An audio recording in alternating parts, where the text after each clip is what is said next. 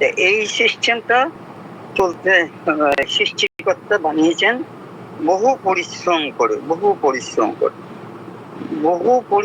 করে এই জিনিসটা বানিয়েছেন।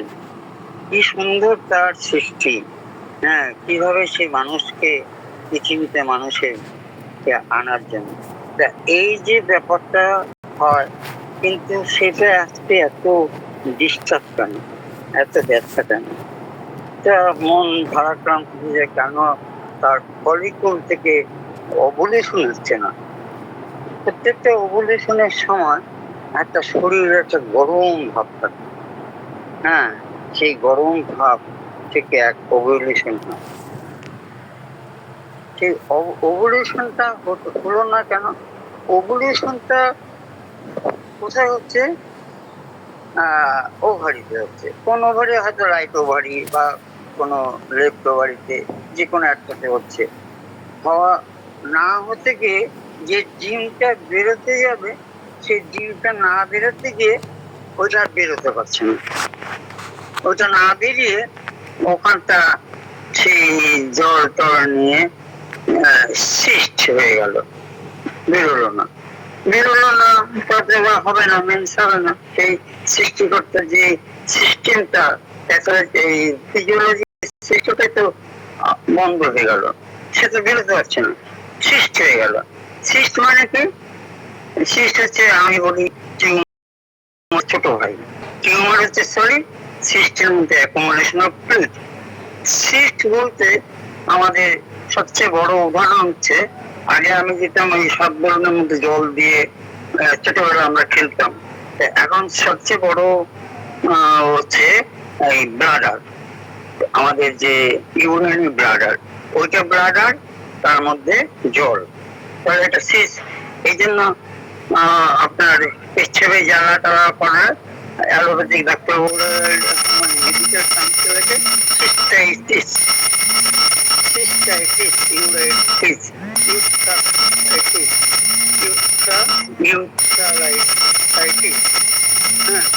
মানে ইউট্রাতে ইউট্রা মানে হচ্ছে যেখান থেকে পেটটা দিল, ব্লাডারে হচ্ছে সিস্টাইটিস। হ্যাঁ, এই যে এই ব্যাপারটা সেরকম অ্যাকুমুলেশন অফ ফ্লুইড নিয়ে ওই একটা ওভারির মধ্যে একটা সিস্ট হয়ে গেল।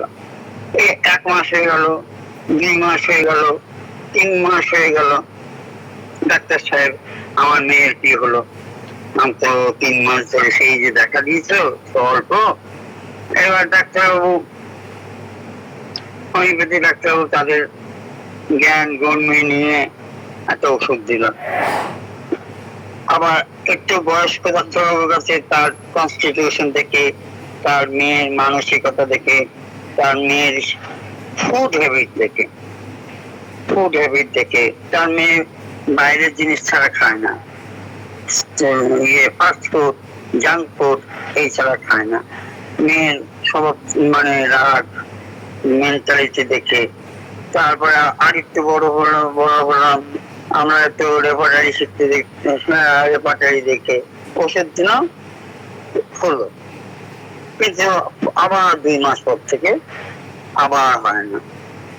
এই তো চলতেই থাকে। এবার অ্যালোপ্যাথিকে নিয়ে গেল গাইনি ডাক্তারবাবু দেখে থেকে বললেন যে কন্ট্রাসেপটিভ পিল দিয়ে দিল। ম্যাডাম, আপনি কন্ট্রাসেপটিভ পিল দিলেন কারণ এটা হরমোনের ব্যাপার, তো এটা হরমোন থেরাপি করা হচ্ছে। কি হলো হরমোন? Hormone oestrogen, progesterone.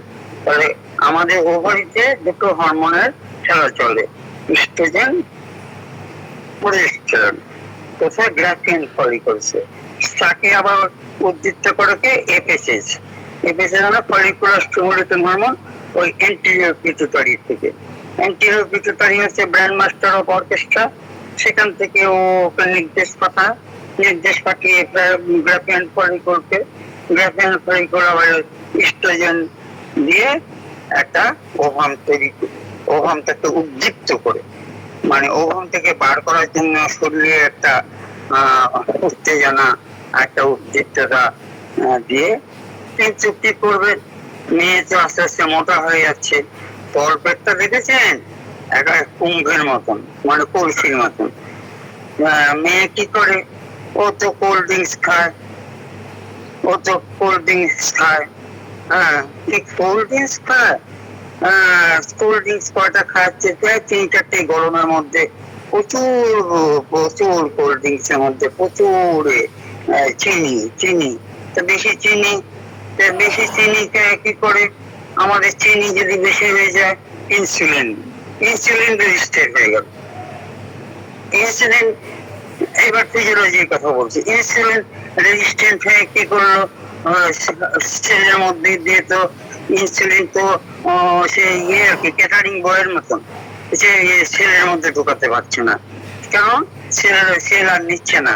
তখন এইটা সারা শরীরে রক্তের মধ্যে ঘুরে ঘুরে মেদ পরিণত করে দিল, চর্বি পরিণত করলো।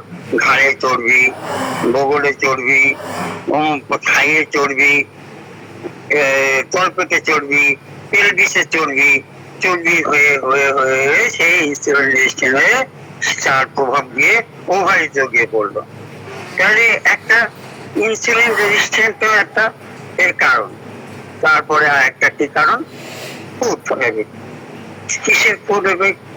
তাকে কি করে মেয়ে পড়াশোনা করে, রাত্রিবেলা কি হয়, রাত্রিবেলা কফি পান করে। কফি পান করে, আমাদের অ্যানিমাল সাহেব তো বলেছেন কফি খেলে সোরা আসে। কি সোরা বলছেন কি? এখন হোমিওপ্যাথিক আমাদের যে ধরা বাঁধা যদি 20-25টা ঘর থাকে, তাহলে আমার সংসার চালানোর অসুবিধা হয় না। 20-25টা ঘরকে তো আমার অর্গানলে শিক্ষিত করতে হবে, আমার উপরে নির্ভর করতে হবে যে না ডাক্তারবাবু জানে কিছু, বা একটু আলোচনা করতে হবে, তাহলে গিয়ে পাশে গিয়ে বলবো না ডাক্তারবাবু বলছে মেয়েদের ব্যাপার তো জানে, গাইনোকোলজির ব্যাপার তো জানে কিছু, তাহলে ওনার কাছে নির্ভর এইসব নিয়ে দেখানো যায়। তারপরে গিয়ে বললাম তাহলে আপনার মেয়েকে বলবেন আস্তে আস্তে কফি পান করা বা অতিরিক্ত চা পান করা। এই নিয়ে আলোচনা হয়েছে আমাদের অনেক, গুড মর্নিং ক্লাসে এইসব নিয়ে অনেক আলোচনা হয়েছে। ইউটারাসের ছবি দেখানো হয়েছে, ইউটারাসের 3টে লেয়ারের কথা বলা হয়েছে, এন্ডোমেট্রিওসিসের কথা বলা হয়েছে। আমাদের যারা যারা উপস্থিত আছে তারা সত্যি শিক্ষিত এবং শিক্ষিতা, আমাদের এই নিয়ে অনেক আলোচনা হয়ে গেছে। আমাদের গুগল থেকে দেখানো হয়েছে কি কোথায় কোথায় টিউমার হয়, অমুক হয়। যাই হোক, আজকে পলিসিস্টিকের ব্যাপার আছে। তা কেন হলো, ওই মেদ তৈরি হয়ে গেল, একটা ইনসুলিন রেজিস্ট্যান্ট হয়ে গেল।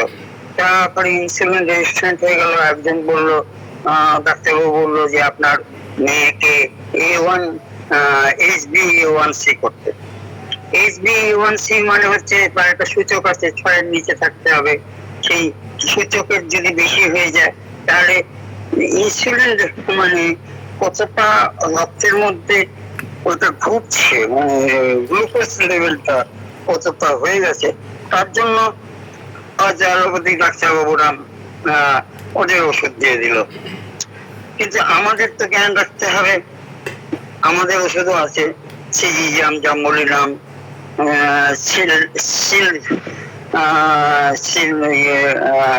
সিলভেস্ট্রা, জিন্নেমা সিলভেস্ট্রা বাংলা নাম আছে, আমার ইংলিশ নামটাই আমি ব্যবহার করি।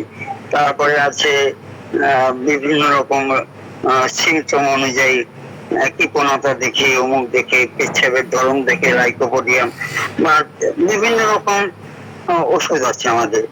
তারপর যা হোক, এই দেখা গেল যে HbA1c বেশি একটা সূচক আছে, ওরা ম্যাটফর্মিং দিল। এবারে যে কিনতে গেল, কেন আপনার মেয়ে কি সুগার আছে নাকি? হ্যাঁ, এটা কেউ উল্টো পাল্টা লিখে দিয়েছে, সুগার ওষুধ খেতে হবে, এটা নিয়ে যান। ও আবার একটু ডাক্তারি করে দিল ফার্মাসিস্টরা। এই আসলে তো জানে না যে এখানে ইনসুলিন রেজিস্ট্যান্সের ব্যাপারটা কি আছে। তারপরে আসি কফি বা চা। আমাদের এই কফি চা নিয়েও খুব সামান্য সাইন মেমো বলেছেন যে এই যে ক্যাফিন গুলো, কফি গুলো উত্তেজনা সৃষ্টি করে, আর স্ট্রেস স্ট্রেস তৈরি করে, স্ট্রেস যেমন এনজাইটি, স্ট্রেস, এর আবার বিভিন্ন রকম স্ট্রেস হচ্ছে আরো ব্যাপক ভাবে।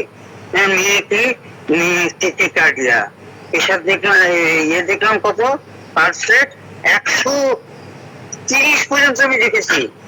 আগামীকাল এমবিবিএস পরীক্ষা, মেয়ে একারে এত হয়ে গেছে 130 টেকিকার্ডিয়া।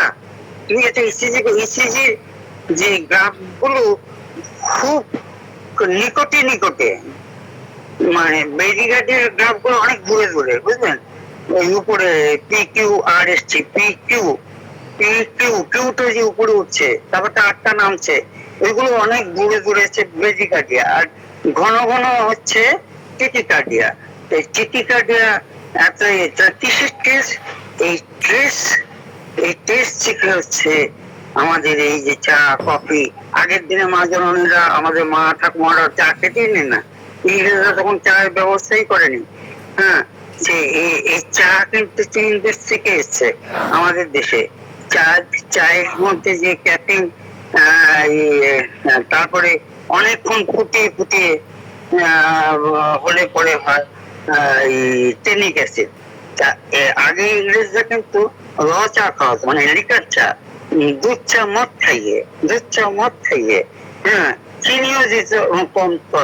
সে এখন আমরা দুধ দিয়ে, চিনি দিয়ে, বেশি করে স্বাদ দিয়ে, আমাদের সুগার বাড়িয়ে, আমাদের টেস্ট তৈরি করে কি হলো, আমাদের এক হরমোনের আধিক্য করে দিল।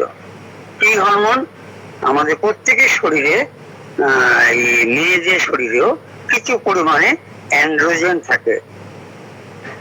অ্যান্ড্রোজেন মানে যেটা শরীরে, আমাদের ছেলেদের শরীরে বেশি থাকে, এবং যারা গোপ গাড়ি তৈরি করে, যারা গোপ গাড়ি তৈরি করার জন্য থাকে, যারা গোবরের ডাক্তারবাবু জানেন তো, লজ্জার ব্যাপার, কি করব, আমি তো ভাবি যে বাবা একে আমি একা রয়েছি, বদনাম করে দেয়, এই গোবরটা দেখিয়েছে যে কালো হয়ে গেছে। আর দেখতে আজকাল আমার ব্লাউজ এসছে তো, অনেক কাটিং ব্লাউজ করে দেখিয়ে দিল, একদম দেখেন কালো হয়ে গেছে, ঘাড়ের পিছনটা কালো হয়ে গেছে। এই যে টেস্ট থেকে এন্ড্রোজেনের লেভেল বেরিয়ে গেছে, পুরুষালী একটা ভাব চলে এসছে। এই পুরুষালী ভাবের জন্য অনেকে আবার ব্লেড দিয়ে মোস্ট কাটে, মাঝে মুখের ইয়ে উঠে যায় বলে মাঝে মাঝে সেভ করতে হয়। তখন কি বললো যে তাহলে আপনার থাইরয়েড টেস্ট করুন। থাইরয়েড টেস্টে দেখা গেল থাইরয়েডের থেকেও হতে পারে। কিন্তু এখানে টেস্টের থেকে এই কফি খাওয়া, এই জাঙ্ক ফুড খাওয়া, এই বেশি করে কোল্ড ড্রিঙ্কস খাওয়া, কোল্ড ড্রিঙ্কস মানে ঠান্ডার জন্য খায়, কিন্তু ওর মধ্যে তো প্রচুর পরিমাণে চিনি দেওয়া থাকে। যেখানে 1 চামচ চিনি দরকার, সেখানে 4 চামচ চিনি। 1 চামচ চিনি যে 50 গ্রাম চালের ভাতের গ্লুকোজ।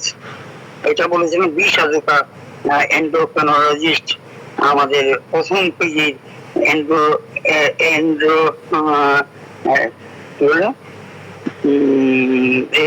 স্পেশালিস্ট। হ্যাঁ, সেই ডাক্তার, একমাত্র ডাক্তার ছিলেন 70 দশকে, বি সাজুকা, বেলেঘাটা। একদিন ওনার কাছে গেছিলাম একটা পেশেন্ট নিয়ে, তখন আমি এই থাইরয়েড সম্বন্ধে জিজ্ঞেস করলাম, যে শুনেছি আমি ডাক্তার, প্রায় আধা ঘন্টার উপরে আমাকে লেকচার দেবে, অপূর্ব লেকচার। যে এই যে আমাদের পিছুতারি থেকে যে টিএসএস লেভেল, তারপর T3 T4, সত্যি খুব ভালো একটা লেকচার দিয়েছিলেন। আমি একলা ছিলাম, আর পেশেন্টটা হচ্ছে আমারই এক মামাতো বোন, আগরতলা থাকে, আগরতলাতে এসেছিল। আমি 11 টাকা তখন ভিজিট ছিল, তখনকার দিনে, এই 79-এর দিকে। তা তখন এই যে ব্যাপারটা ছিল যে থাইরয়েডের থেকেও এরকম গজা, কিন্তু এন্ড্রোজেন আমাদের সে ওই যে ওই পুরুষালী ভাবটার জন্য ওই ফলিকল গুলোকে পুরুষালী করে দিল, যার জন্য বেরোতে পারছে না। তারপরে মেয়ে কখন ওঠে? 8টার সময় ওঠে মেয়ে সকালবেলা। মেয়ে কি করে? ব্যায়াম ট্যায়াম করে নাকি? না, ব্যায়াম তো করে না। তাহলে আমাদের লাইট ব্যায়ামের সুন্দর সুন্দর ব্যায়াম আছে, ওই আটা চাকরির মতন বই করা। আর সবচেয়ে ভালো ব্যায়াম হচ্ছে সাঁতার কাটা। এখন এখানে পুকুর নেই, তাহলে এক কাজ করে একটা সুইমিং পুল বানান। আমি বলেছি আসে সুইমিং পুল বানিয়ে নিয়ে গিয়ে সাঁতার। তারপর আরো একটা বড় আরেকটা হচ্ছে আমাদের যে এখন সরকার দিয়েছে যে বাচ্চা বয়সে, আগে তো বাচ্চা বয়সে ছোটবেলায় বিয়ে হতো, এখন 18 বছর বয়স। তা 18 বছর যদি বিয়ে হয়ে যায় তাহলে স্বামী স্ত্রীর যে সম্পর্ক যে ওভাম, তাহলে তাদের আবার পলিসিস্টিক ওভারের দিকে যায় না। একটা খেলা, একটা প্রে চলতে থাকে স্বামী স্ত্রী। একটা 2 নম্বর হচ্ছে যে তখন না থাকে রাত ধরি খেলুক, রাত ধরি খেলতে পারে। কতবার আস্তে আস্তে বাড়াবে, 50 বার, তারপরে 100 বার। একটু কাজকর্ম করতে বলবেন। হ্যাঁ, আর চা কফি খেতে না করবেন, এর মধ্যে স্ট্রেস তৈরি হবে। স্ট্রেস থেকে এন্ড্রোজেন হয়ে যাবে, এন্ড্রোজেনের আধিক্য হয়ে গিয়ে আপনার ওভারের উপরে প্রেশার দেবে, উপরে প্রেশার দিয়ে ওকে ওভাম তৈরি করতে, ওভুলেশনের বাধা সৃষ্টি করবে। ও বেরোবে বেরোবে বেরোবে, দিনটা বেরোবে বেরোবে বেরোবে, যেমন আমাদের এর মতন আর কি। ওই পায়খানা হবে হবে করে হুট করে রিসিডেশন হয়ে গেল। এই থুজা, সাইলেশিয়া, বিভিন্ন আছে না রিসিডেশন। তা ও ওভামটা ও বেরোবে বেরোবে, আর উপরের থেকে ও গ্রহণ করবে ফেরিনি নয়, মানে উপরে যে ইউটারাসের উপর ওভামের উপরে যে হাতের মতন থাকে, যে যার এটা যে ও ক্যাচ করে নেবে, মানে কি বলবে, ওই ফুটবল খেলে, ক্রিকেট খেলে না, ক্রিকেট খেলার মধ্যে ওই বলটাকে ওভার বাউন্ডারি মারলো, ফট করে বাউন্ডারি আগেই ধরে ফেললো, আউট আউট, সেরকম ফিরিনি থেকে ও ওখান থেকে ক্যাচ করে নিয়ে ডুবের দিকে আনবে। কিন্তু ও বেরোবে, ফেরিনিও আগ্রহ করে হাতটা দিচ্ছে, কিন্তু পারলো না, ও বেরোতে গিয়ে আটকে গেল। কেন আটকে গেল? এন্ড্রোজেন আটকে দিল। হ্যাঁ, তাহলে ওটা সৃষ্টি পরিণত হলো। এই যে খেলাটা, এই খেলাটা তখন মেয়ে হচ্ছে অবাধ্য মেয়ে, মেয়ে হয়তো শুনলো না, কিন্তু মাকে যদি বোঝানো যায়, মাকে যদি বলানো যায় যে আপনার মেয়েকে এরকম সাত্বিক আহার করবে, করাবেন, এগ রোল খেতে চাইবে, আপনি বাড়িতে করে দেবেন। কারণ ওখানে তো পোড়া তেল থাকে, ট্যান্স অয়েল। ট্যান্স অয়েল আপনার শরীরে আরো মেদ তৈরি করবে, ক্যান্সার তৈরি করে দিতে পারে। অনেক রকম তেল আছে, monounsaturated, polyunsaturated, saturated, unsaturated, cancer. এই ক্যান্সার হচ্ছে পোড়া তেল। ওই একজন অর্ডার দিল বড় চাকরির মধ্যে, বড় চাটুর মধ্যে ওষুধ ইয়ে দিল, তেল দিল, সে তেলে মোগলাই পরোটা করে আবার ওই তেলটা, এক্সট্রা তেলটা আবার কাপে তুলে রাখলো একটা বাটির মধ্যে। এরপরে এসে কেউ কোনো মহিলা, কোনো বাচ্চা মেয়ে, মানে 20-21 বছরের মেয়ে এসে বললো যে আমাকে একটা এগরোল দিন, আবার ওই তেল দিয়ে করলো। এই যে ট্রান্সফার হচ্ছে, আর ওই যে চাটুটা হয়েছে 60 দিনও মাজেনি, তার মধ্যে পোড়া তেলের গন্ধ বেরিয়ে গেছে, পোড়া তেলের গন্ধ। তা ওইগুলোর থেকেও কিন্তু আমাদের শরীরে ক্যান্সার তৈরি হয়। এটা আমেরিকাতে বাচ্চা ছেলেরা পরীক্ষা করেছে যে ওখানে লেনোনিক অ্যাসিডের আধিক্য হয়। এই জন্য আমি এটা সায়েন্স রিপোর্ট থেকে পড়েছিলাম। আমি আমার স্তরে দাঁড়িয়ে দাঁড়িয়ে ওই সায়েন্স রিপোর্ট গুলো পড়ি আর কি, কিছু রিডার ডাইজেস্ট পড়ি। ওটা বহু পুরোনো, অনেক দাম, অত দাম দিয়ে কে নেয়। ওই আমাকে কিছু বলে না, ছোটবেলা থেকে পড়ি টড়ি, আমাকে কিছু বলে না যে দাদা পড়বেন না পড়বেন না, অন্যদের বলে আপনি রেখে দিন বইটা, কিন্তু আমাকে কিছু বলে না, চেনা চেনা হয়ে গেছে ছোটবেলাতে। আমার ওষুধ, আমার ইয়েও নেই, খবরের কাগজে নিই মাঝে মাঝে। তা এই যে ক্যান্সার থেকে যে পোড়া তেলের সম্বন্ধে জানতে পারলাম, তাহলে কিভাবে আমরা এই ক্ষতিগ্রস্ত করছি। তাহলে আমাদের এইগুলো ফুড হ্যাবিটটাকে পাল্টাতে হবে, তারপরে তাকে ব্যায়ামের দিকে যেতে হবে। ব্যায়াম ট্যায়াম করার পরে সে তখন আমাদের করতে হবে যে ফলিকুল গুলো বেরোবে। তা ফলিকুল না বেরোলে হবে না। এবার আমরা ওষুধ দিলাম তার লক্ষণ বুঝে, হয়তো লক্ষণ হচ্ছে ক্যালকেরিয়া কার্ড, সুন্দর ক্যালকেরিয়া কার্ড ভিতর থেকে বের করে দেয়, অনেক ডিস্ট্রিক্ট থেকে অনেক ফোড়াকে উপরে ভাসিয়ে দেয়। তা ক্যালকেরিয়া কার্ড বের দিল। আমাদের তো হচ্ছে রোগ যাই হোক না কেন, আমি ভয় পাবো কেন? রোগ হোক, ক্যান্সার হোক, ঠিক আছে, কিন্তু আমার যদি সিমটম মিলে যায়, তার পজিশনের সাথে আমার যদি সিমটম মিলে যায়, তাহলে তো আমি ভয় পাওয়ার কিছু নেই। সে তো সিমটম দিচ্ছে যে রাত্রিবেলা ঘুমালে মাথা বালিশ ভিজে যায়, ওয়েট ছিল, সে তো সিমটম দিচ্ছে যে থলথলে চেহারা ছিল ছোটবেলা, সে সিমটম দিচ্ছে তার হাড়গুলো এরকম নরম। সে যদি সিমটম দেয় মনটা তার মনটা তার নরম বিনম্র, সে সিমটম দেয়।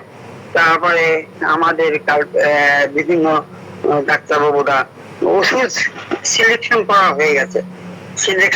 হয়ে গেছে, কিন্তু এই গরমের মধ্যে লোডশেডিং, ডাক্তারবাবু কি করলেন, হাত পাখা দিয়ে হাওয়া দিচ্ছে।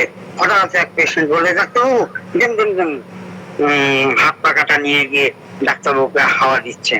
হ্যাঁ হ্যাঁ, ডাক্তারবাবু এত পরিশ্রম, ডাক্তারবাবু ঘামটা মুছে নিন ডাক্তারবাবুর জন্য, এই ডাক্তারবাবুকে একটু ঠান্ডা জল এনে দিন, কম্পাউন্ডারকে বললো। ডাক্তারবাবু করলেন কি, ওর প্রেসক্রিপশনটা এনে আবার ওটাকে কেটে লিখে দিলেন কষ্টকাম। যারা যারা বসে আছে, মানে এসপিদের কথা বলছি, কালকে বলছিলেন এসপিদের সম্বন্ধে ওনার ছাত্ররা, এই যে কষ্টকাম লিখে দিলেন, মানে স্যার এটা লিখলেন, দেখলে না, আমাকে বাতাস দিতে শুরু করলো। আবার একজন নিল, এত গরম, ডাক্তারবাবুর হাত থেকে পাখাটা নিয়ে নিল, নিয়ে নিজেই হাওয়া খাচ্ছেন। ডাক্তারবাবু হাওয়া দিচ্ছে না, ডাক্তারবাবুকে হাওয়া না দিয়ে নিজেই হাওয়া খেতে আরম্ভ করেছে। ডাক্তারবাবু হয়তো একটা অন্য প্রেসক্রিপশন করেছিলেন, তারপর আবার কেটে এনে লিখে দিলেন সিপিআর। ডাক্তারবাবু এটাকে লিখলেন কেন সিপিআর? দেখলেন আমার হাত থেকে পাখাটা নিয়ে গিয়ে নিজেই হাওয়া খাচ্ছে, ও তো নিজেকে ছাড়া বোঝে না কিছু। এই যে আমাদের যে ছোটখাটো পজিশন গুলো থেকে আমরা ভয় পাবো কেন? আমি করোনার সময় তো ভয় পাইনি, করোনার সময় সাইকেল চালিয়ে গেছি, কারণ আমাকে যদি করোনা অ্যাটাক করে আমি বুঝবো। আর দ্বিতীয় কথা হচ্ছে, আমার ভয় পাওয়ার কি আছে? আমার তো লক্ষণ ভিত্তিক চিকিৎসা এবং প্যাথোলজিক্যাল জ্ঞান, প্যাথোজেনেসিস এগুলো জানি আমি, আমার ভয় পাওয়ার তো কিছু নেই। এইরকম পলিসিস্টিক ওভারিরও ভয় পাওয়া কিছু নেই, কিছু তো জ্ঞান দিতে হবে, আর তার লক্ষণ বুঝে যদি আমি দিই, তাহলে সে ঠিক হয়ে যাবে। তার হরমোন থেরাপি ও করতে হবে না, তাকে বলতে হবে মা তুমি যদি ইয়ে করো, এই যে তোমার যে ব্রণগুলো হয়েছে, কি সুন্দর সৃষ্টিকর্তা আবিষ্কার করে দিলেন যে ওখানে পলিসিস্টিক ওভারি হয়েছে, মুখের মধ্যে ইয়ং মেয়ে ব্রণের পর ব্রণ হচ্ছে, ব্রণের পর ব্রণ হচ্ছে, ওই এন্ড্রোজেনের আদিত্য, ওই পুরুষালী ভাব। এই তো আবার পুরুষালী মধ্যে একটু মস্তানি, বাড়িতে তো মস্তানিও করলো, তারপর আবার মুখে একটু কিস্তিও মারলো। এই যে পুরুষালী ভাব, সকালবেলা উঠেই চা কফি, রাত্রিবেলা পর্যন্ত চললো। শীতকালে 10-12 কাপ হয়, আর গরমকালে 4-5 কাপ তো হয়, সেই চায়ের নেশা। তাই এইগুলোর থেকে যে এন্ড্রোজেনের লেভেলটাকে বাড়িয়ে দেওয়ার টেস্ট, আসলে হচ্ছে টেস্ট থেকে এই ব্যাপক শব্দ, টেস্টের থেকে এইসব আধিক্য হরমোনের থেরাপির থেকে আজকে পলিসিস্টিক ওভারিতে ভরে যাচ্ছে। এরপর আছে প্রথম সিস্ট, ওই যে মেন্সটা হচ্ছে, ওই যে এন্ডোমেট্রিওসিস, ওই জায়গা থেকে রক্তটা ওই যে রিভার্স হয়ে গেল, বা পিছন থেকে হাঁটতে হাঁটতে ও যদি ওভারির থেকে বেরোবার সময় যে এন্ডোমেট্রিওসিসের ওভারির মধ্যে ঢুকে গেল রক্ত, সেখানে গিয়ে রক্তটা জমাট বেঁধে গেলে চকলেটের মতন কালার হয়ে গেল, চকলেটের মতন কালার হয়ে গিয়ে ও ফুলে রইল, একটা টিউমার তৈরি হলো, টিউমার না সিস্টে, ভিতরে অ্যাকোমোডেশন অফ ব্লাড। তা ওইটা এমন দেখতে, আমাদের তো ওভারিতে তো আর চকলেট তৈরি করে না, কিন্তু কালারটা হয়ে যায় চকলেটের মতন, এই জন্য তাকে বলে চকলেট সিস্ট। চকলেট সিস্ট হয়ে গেল, সেই চকলেট সিস্ট থেকে আবার এইসব ব্যাপার নিয়ে কোনো ব্যাপারই মনে করে না, পড়াশোনা চাকরির জন্য চেষ্টা করা কোনো তখন ব্যাপার হয় যখন বিয়ে হয়, বিয়ে শাদী হলো, যখন একটা পৃথিবীতে একটা প্ল্যানিং করে যে আমাদের উত্তর পুরুষকে আনতে হবে, আমাদের এরকম আমাদের ছেলে বা মেয়ে যাই হোক, ঈশ্বর এক ভালো ভালো মেয়ে তৈরি হবে, ভালো ছেলেতে। তখন দেখা গেল যে আর বাচ্চা হচ্ছে না, মেন্স নিয়ে কোনো এতদিন তো আর তার কোনো উদ্বেগও ছিল না। এরপরে গাইনির কাছে গেল, গাইনি বিভিন্ন পরীক্ষা করতে দিল, বিভিন্ন লিউথিনাইন হরমোন, যত হরমোনের হ্যাঁ সে হরমোন, ফলিকুলার স্টিমুলেটিং হরমোন, তারপরে ইস্ট্রোজেন, প্রজেস্টেরন, তারপরে সুগার লেভেল, তারপরে বিভিন্ন রকম পরীক্ষা, অ্যান্টিমিউরিয়াল হরমোন, AMH, যে ওটা হচ্ছে ওটা হচ্ছে ওই ওইগুলোর জন্য দেখে এন্ডোমেট্রিওসিস, হ্যাঁ ওইগুলো কতটা ইয়ে আছে সেগুলো পরিমাপ করতে, সেগুলো কিভাবে আছে, এন্ডোমেট্রিয়ামের এগুলোর জন্য পরীক্ষা করে, AMH বা বিভিন্ন রকম পরীক্ষা নিরীক্ষা করার পরে দেখা গেল যে আপনার তো এই হয়েছে। তো কি হবে, অ্যালোপ্যাথি বললো যে এটা অপারেশনের কেস হতে পারে, আর তো দেখি একটা চেষ্টা করছি ওষুধ দেওয়া হয় কিনা। এবার আমাদের যদি জ্ঞান না থাকে, আমরা কি করে ওষুধ দেবো? আমরা তো আমাদের জ্ঞান তো হচ্ছে দিয়ে ক্যালকিয়া কার্বো আসতে পারে, আবার ফাইটোলক্ষ আসতে পারে, আবার হিপারসালফারও আসতে পারে, আমাদের নাক্সভূমিকও আসতে পারে। এবার নাক্সভূমিকা সম্বন্ধে এইসব যে পেটে ব্যথা অমুক তমুক আমাদের ক্রনিক ডিজিজ পড়তে গিয়ে আমরা দেখেছি, হ্যানিম্যান সাহেব বলেছেন সম্ভবত 105টা সূত্রে, যে এরকম মেনসলে পেটে ব্যথা হলে কোনো ভয় পাওয়ার দরকার নাই, এটা শরীরের একটা উচ্ছ্বাস। তার জন্য নার্স ভূমিকা নার্স ওইটা একটু বন্ধ করে নাকে শুকাবে। তার 72 ঘন্টা পরে একটা দানা জলে গুলে তাকে খাওয়াবে। হ্যাঁ, নার্স দিয়ে প্রথম শুরু করতে বলেছে।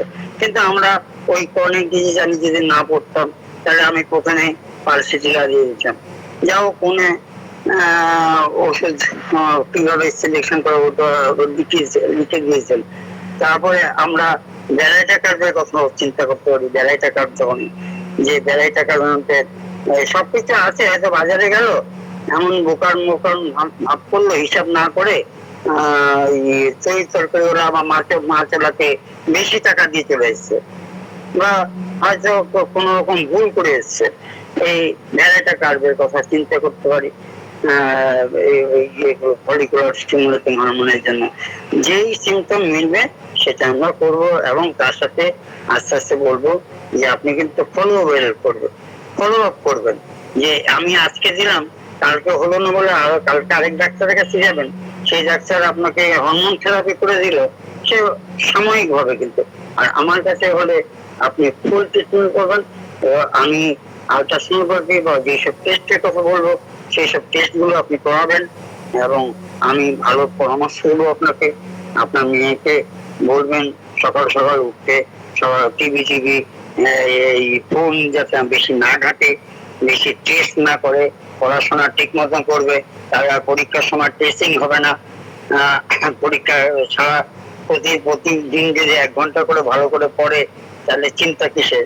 তাহলে আপনার মেয়ে কিন্তু ভালো হবে।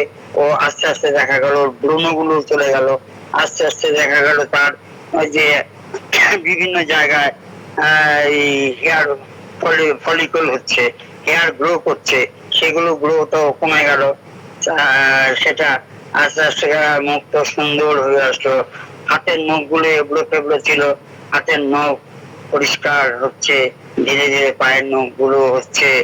আমাদের পেন্ট সাহেবের লেকচার ক্যালকিরা কার্ভ যদি আমরা পড়ি, দারুণ ব্যাপার।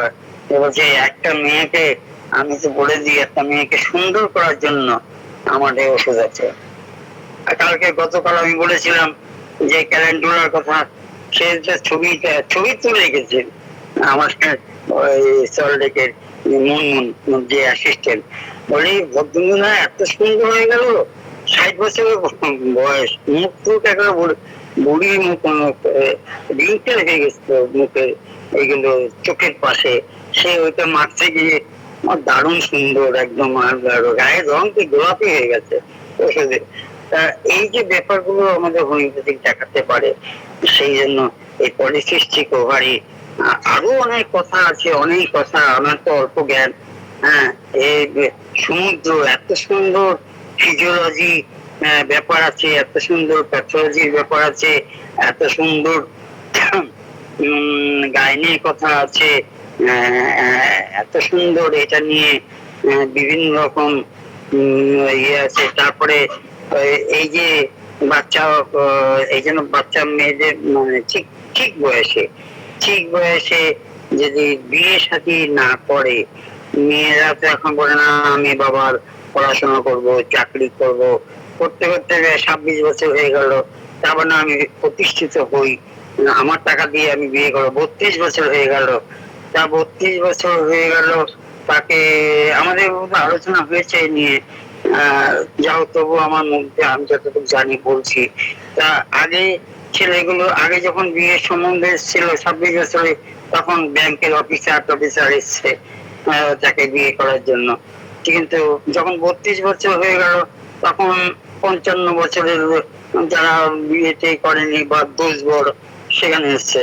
এরপর আস্তে আস্তে 36 বছর হয়ে গেল, তখন এক ছেলের বাবা এসছে, বউ প্রয়াত, আবার বিয়ে করবে। এবার 42 বছর হয়ে গেল, তখন কি করবে, সে রিটায়ারমেন্ট আসলো। তা মা বাবাকে বলছি, বাবা এ কি হলো, তোর জিদের জন্যই হলো, যখন প্রয়োজন ছিল তখন তুই করলি না, এখন তোকে এইভাবেই করতে হবে। বিভিন্ন বয়সে বিভিন্ন যে ইয়ে, সে তো আর জানে না, জানি আমরা আমাদের।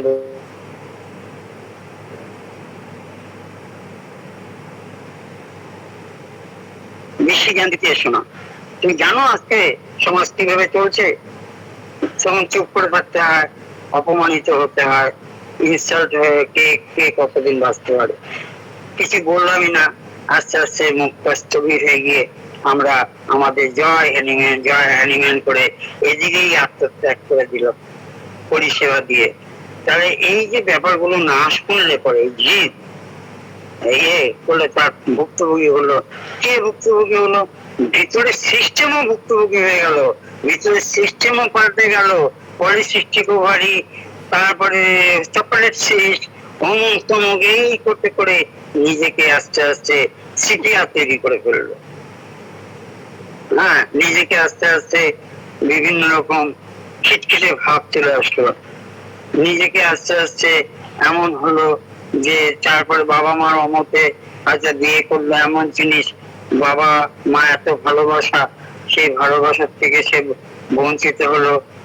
যে ছেলেটাকে নিয়ে কালকে আলোচনা শুনছিলাম, যে ছেলেটাকে বিয়ে করেছে সেই ছেলেটা স্কলার, মেয়েও বয়স হয়ে গেছে বলে মেয়ে বাবা মার অমতে বিয়ে করে চলে গেল আমেরিকায় গিয়ে যেখানে ছিল সেখানে গিয়ে এমন জ্বর, সে জ্বর আর সারে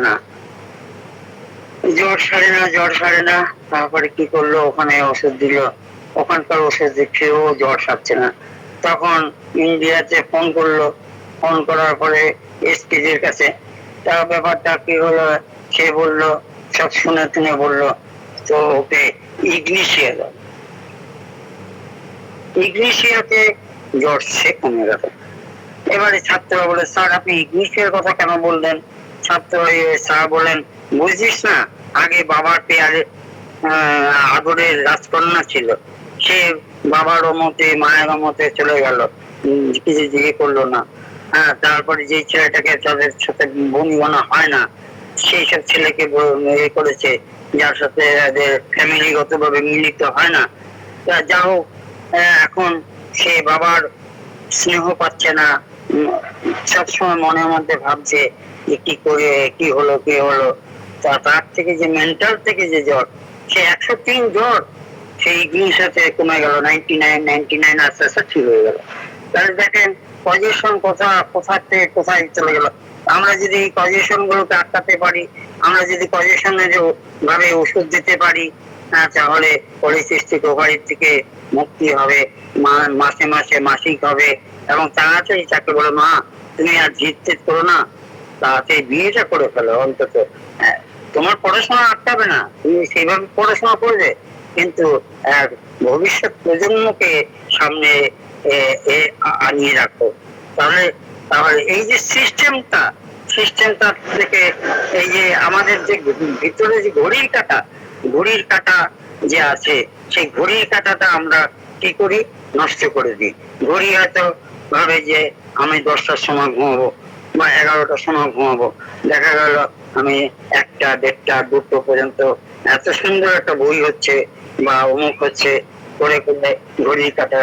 খাওয়ার যে নিয়মটা পাল্টে ফেললাম, আস্তে আস্তে ঘড়ির কাঁটাটা যে নষ্ট, সিস্টেমটা যে নষ্ট হয়ে যায়, এর প্রভাব কিন্তু আমাদের ব্রেন থেকে শুরু করে বিভিন্ন হরমোনের থেকে শুরু করে বিভিন্ন রকম ভাবে সমস্ত শরীরটার মধ্যে একটা বিশৃঙ্খলা তৈরি করে দেয়। সেই বিশৃঙ্খলা তৈরির থেকে আস্তে আস্তে আমাদের আজকে এই তলপেটে মেদ অমুক তমুক হয়ে সিস্টিক হয়ে, তারপরে আরো একটা সিস্ট আছে ডার্ময়েড সিস্ট, ওর নাকি ওই সিস্টের মধ্যে নাকি দাঁত স্থূল এসব বুঝিয়ে যায়। বিভিন্ন রকম ভাবে যে আমরা অ্যাটাক হয়ে যাই সেই সমস্ত হরমোন প্লের জন্য, আমাদের টেস্টের জন্য। অতএব টেস্টটাকে দূর করতে হবে, ডায়েটটাকে ঠিক করতে হবে। ডায়েটের জন্য আমাদের professor doctor Mohammad Abdul Hannan sir খুব সুন্দর ক্লাস নিয়েছেন। আমাদের ক্লাসগুলো আমরা একদম সমৃদ্ধ হয়েছি। বিভিন্ন রকম নিউট্রিশন জানতে হবে, আমাদের লাইট ব্যায়াম করতে হবে, আমাদের ঠিক টাইমে উঠে ঠিক টাইমে সকালবেলা অক্সিজেন নিতে হবে। এইসব করলে পরে আমাদের শরীর সুস্থ থাকবে এবং আমরা দীর্ঘজীবী হব। ঠিক আছে, আমার যতটুকু জ্ঞান এতটুকু বলবো, আরো অনেক আছে মার্কেট, পরে বলা যাবে। থ্যাংক ইউ, আজকের মতো এখানে রাখলাম। আর যদি কেউ জানেন বলুন, আমিও শিখবো, আমরাও শিখবো। আমি কি বললাম আমার মতন করে বানিয়ে আমি যা প্র্যাকটিক্যাল পেয়েছি সেটাই বললাম। স্যার নমস্কার sir. Thank you sir. Thank you sir.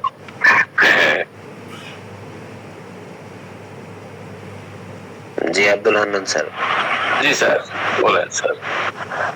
Biswanath বাবু তো আসলে ওনার মেমোরি থেকে যে কথাগুলো বললেন, একদম মনে হয় যেন আমরা যেন সেই জঠরেই আমরা লালিত হয়ে আসতেছি। সুন্দর, ওনার এই বিষয়ে খুব ভালো জ্ঞান আছে আলহামদুলিল্লাহ। সেই সমৃদ্ধ জ্ঞান উনি আমাদের জন্য সরবরাহ করলেন। তো ঠিক আছে, আর কেউ যদি অ্যাড করতে চান করবেন ইনশাআল্লাহ আপনারা। স্যার দেখেন কেউ কিছু। স্যার আমি একটু ক্লিয়ার করি। জি, এই যে পলিসিস্টিকের যা এতক্ষণ ধরে স্যার আলাপ করলেন, ডক্টর বিশ্বনাথ দত্ত স্যার, এটি একটি অত্যন্ত গুরুত্বপূর্ণ আলোচনা হয়েছে। এত আসলে এই লেখাপড়ার সংক্ষিপ্ত লেখাপড়া করে এই সব কথাবার্তা বলা বা এগুলো জানা কোনোভাবে অল্প সময়ের মধ্যে সম্ভব না। উনি অল্প সময়ে যেটুকু আমাদেরকে দান করলেন তা অত্যন্ত মূল্যবান। এবং আমি যেটা খেয়াল করলাম, অধিকাংশ ক্ষেত্রে যেটা আমার বক্তব্যের মধ্যেই প্রস্ফুটিত হয়েছে, যে আসলে এই যে আমাদের বয়স প্রাপ্তি হওয়ার পরে, মানে সাবালক বা সাবালিকা হওয়ার পরে আমরা যে যথাসময়ে বিয়ে শাদী করি না বা দিচ্ছি না আমাদের মেয়েদের বা ছেলেদের, সেই সমস্যার কারণেই কিন্তু এই প্রবলেম গুলো আসলে রাইজ করছে বলে আমি ওনার টোটাল আলোচনার থেকে এইটুকুই উপলব্ধি করতে পারছি। এটা হলো একটা কারণ। দ্বিতীয় কারণ হলো আমাদের এই যে খাদ্য অভ্যাস এবং জীবনযাত্রা। এই যে দুটো মেন কারণে মানে ওনার আলোচনার থেকে যেটা আমার কাছে পরিষ্কার হলো যে এই দুটো কারণ হলো মেন কারণ। তার মধ্যে প্রধানতম কারণ হলো যে যথাসময়ে তার ইয়েটা হচ্ছে না। এই যে প্রতিটা ক্ষেত্রে কিন্তু তার বিষয়গুলো সাপ্রেস হচ্ছে। এই সাপ্রেসের পরে কিন্তু ওই যে স্যার যেটা বললেন যে ওভুলেশনের সমস্যা হচ্ছে, সুগার হচ্ছে, সে মোটাই যাচ্ছে, চর্বি হচ্ছে ইত্যাদি। এবং আমরা বাস্তব ক্ষেত্রেও তাই দেখছি। আমাদের বিশ্ববিদ্যালয়ে এমন অনেক শিক্ষক আছে মহিলা যাদের সন্তানাদি হচ্ছে না, তারা বারবার বিভিন্ন ডাক্তার ইভেন ঘন ঘন ইন্ডিয়াতে যাচ্ছেন এই চিকিৎসা নেওয়ার জন্য। এবং আমারও মনে হয় যে যথাসময়ে বিয়ে সাথে না করলে যেটা হয়, এবং মুখে ব্রণ আছে, চেহারা নষ্ট হয়ে যাচ্ছে ইত্যাদি, সেইটার কারণ কিনা স্যার? আমাদের তো ইসলামে বলা হয়েছে যে বয়স হলে মানে সাথে সাথে বিয়ে সাথে দেওয়া, নিজেদের মানি আল্লাহ, একজনের যদি হয় তার একজনের উপর। সেই বিষয়গুলো বোধ হয় এখানে আরেকটু পরিষ্কার হলো। স্যারের এই বিষয়ে মন্তব্য জানতে চাচ্ছি যে আসলে এইটা কিনা আসলে বিয়ে শাদীতে দেরি হওয়ার কারণে এটা হচ্ছে কিনা ম্যাক্সিমাম ক্ষেত্রে।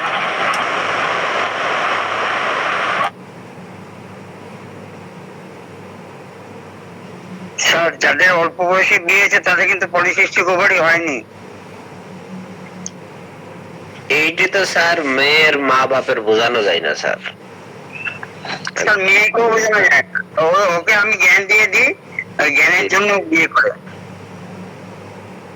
আমরা তো রাজি আছি, কিন্তু তারা যদি রাজি না থাকে আমরা কি করবো স্যার বলেন?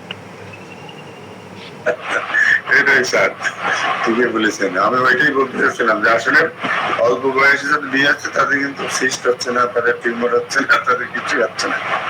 কিন্তু যত ঝামেলা সব হয়েছে তারা বেশি বয়স পর্যন্ত চলে যাচ্ছে, নিজের পায়ে দাঁড়ানোর চেষ্টা করতেছে। নিজের পায়ে দাঁড়াইতে দাঁড়াইতে পায়ের তলার মাটি সরে যাচ্ছে, পাই থাকছে না, মাটি আর মাটি। নাইবা জান্নাত ম্যাডাম কি যেন বলতে যাচ্ছেন?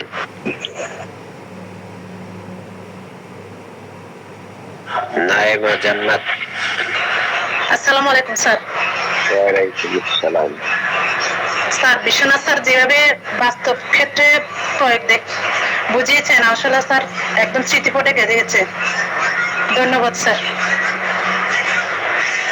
ধন্যবাদ। আমি আর কি জানি, আরো পড়াশোনা আছে, আরো পড়াশোনা করতে হবে ম্যাডাম। জি স্যার, থ্যাংক ইউ স্যার। তাহলে আপনাদের ছেলে মেয়েদেরকে আপনারা, আমি আর বলতে যাচ্ছি না কিছু। না স্যার, আপনার বলতে হবে না স্যার, আমরা বুঝে গেছি স্যার। বলেন না স্যার, আমাদের বিশ্বনাথ স্যার খুব সুন্দরভাবে আজকে পলিসিস্টিক ওভারিয়ান সিনড্রোম নিয়ে আলোচনা করলেন, কজেশন নিয়েও আলোচনা করলেন। আমরা দেখলাম আমাদের যে কি বলবো, আমাদের যে উচ্চভিলাষী যে মনোভাব, যে আমরা এই স্তর থেকে ওই স্তরে যাবো, ওখানে গিয়ে আমাদের যে টার্গেট, বিশেষ করে মেয়েদের এই পজিশনে গিয়ে আমি এই করব, আসলে একটা বিশাল একটা কজেশন। আর একটা আমি একটু অ্যাড যদি করি, পলিসিস্টিক ওভারিয়ান সিনড্রোমের পেশেন্ট গুলো দেখা যাচ্ছে যে এই যে যারা ইয়ে করে না, অ্যাবর্শন যারা করে, বাচ্চা নষ্ট যারা করে, এদের দেখা যায় একটা সময় বা কিছু সময় পরে এদের এই পলিসিস্টিক ওভারিয়ান সিনড্রোম গুলো দেখা দেয়। আমি আমার বাস্তব অভিজ্ঞতাতে আমি এটা দেখেছি যে বাচ্চা নষ্ট করেছে, অ্যাবর্শন করে ফেলেছে, কিন্তু দেখা যাচ্ছে পরবর্তীতে তার জন্য দেখা যাচ্ছে যে ওই যতটুকু ট্রিটমেন্ট নেওয়া দরকার, সাময়িকভাবে যেটা নেওয়া দরকার ততটুকুই নিয়েছে, কিন্তু পরবর্তীতে যেতে যায় না, কিন্তু দীর্ঘদিন দেখা যায় মেনস্ট্রুয়েশন হচ্ছে না। মনে করছে যে না, এমনিতে এখন স্বাভাবিক আছে, 2-3 মাস পরে হয়তো বা হয়ে যাবে, এরকম ভাবছে, কিন্তু পরবর্তীতে টেস্ট করে পাওয়া যায় পলিসিস্টিক ওভারিয়ান সিনড্রোম দেখা দিয়েছে। সেক্ষেত্রে অনেকের সফটলেটিক স্যার যেটা বললেন, বিশ্বনাথ দত্ত স্যার যে সুন্দরভাবে বললেন যে সফটলেটিক সিস্ট, অনেকের ক্ষেত্রে দেখা যাচ্ছে যে এই কমপ্লেক্স এই সফটলেটিক সিস্ট গুলো পাওয়া যায় আর কি, সেক্ষেত্রে জটিল হয়ে যায়, পরবর্তীতে দেখা যাচ্ছে এটা এর জন্য মানে রিকভার করাটা জটিল হয়ে যায়। ধন্যবাদ স্যারকে। আমি ডিএনসি যখন এক নার্সিং হোমে ওই সার্জারি শিখতে গিয়ে, মানে সার্জারিতে আমাদের 400 নম্বর, তো আমার গাইনিতেও 400 নম্বর, 200 হচ্ছে রিটেন, 200 হচ্ছে প্র্যাকটিক্যাল। তা এবারে প্রথম যখন সার্জারি দেখতে যাই, আমাদের কল্যাণীতে এসএনআর কার্নিভাল বলে একটা নার্সিং হোম আছে, ওই মাস্টারমশাই আমাদের প্র্যাকটিস অফ মেডিসিন পড়াতেন, এসকেরা। স্যার আমরা দেখবো, হ্যাঁ ঠিক আছে চলে আসো। আমি প্রায় 4 বছর গেছিলাম। তা প্রথম অভিজ্ঞতা হলো প্রথম দিন, তা আসলে শিয়ালদা থেকে কল্যাণী হচ্ছে 40 কিলোমিটার। তা 40 কিলোমিটার গিয়ে সারাদিন তো মানে বেশি খাওয়া দাওয়া হয় না তখন পড়াশোনার সময়।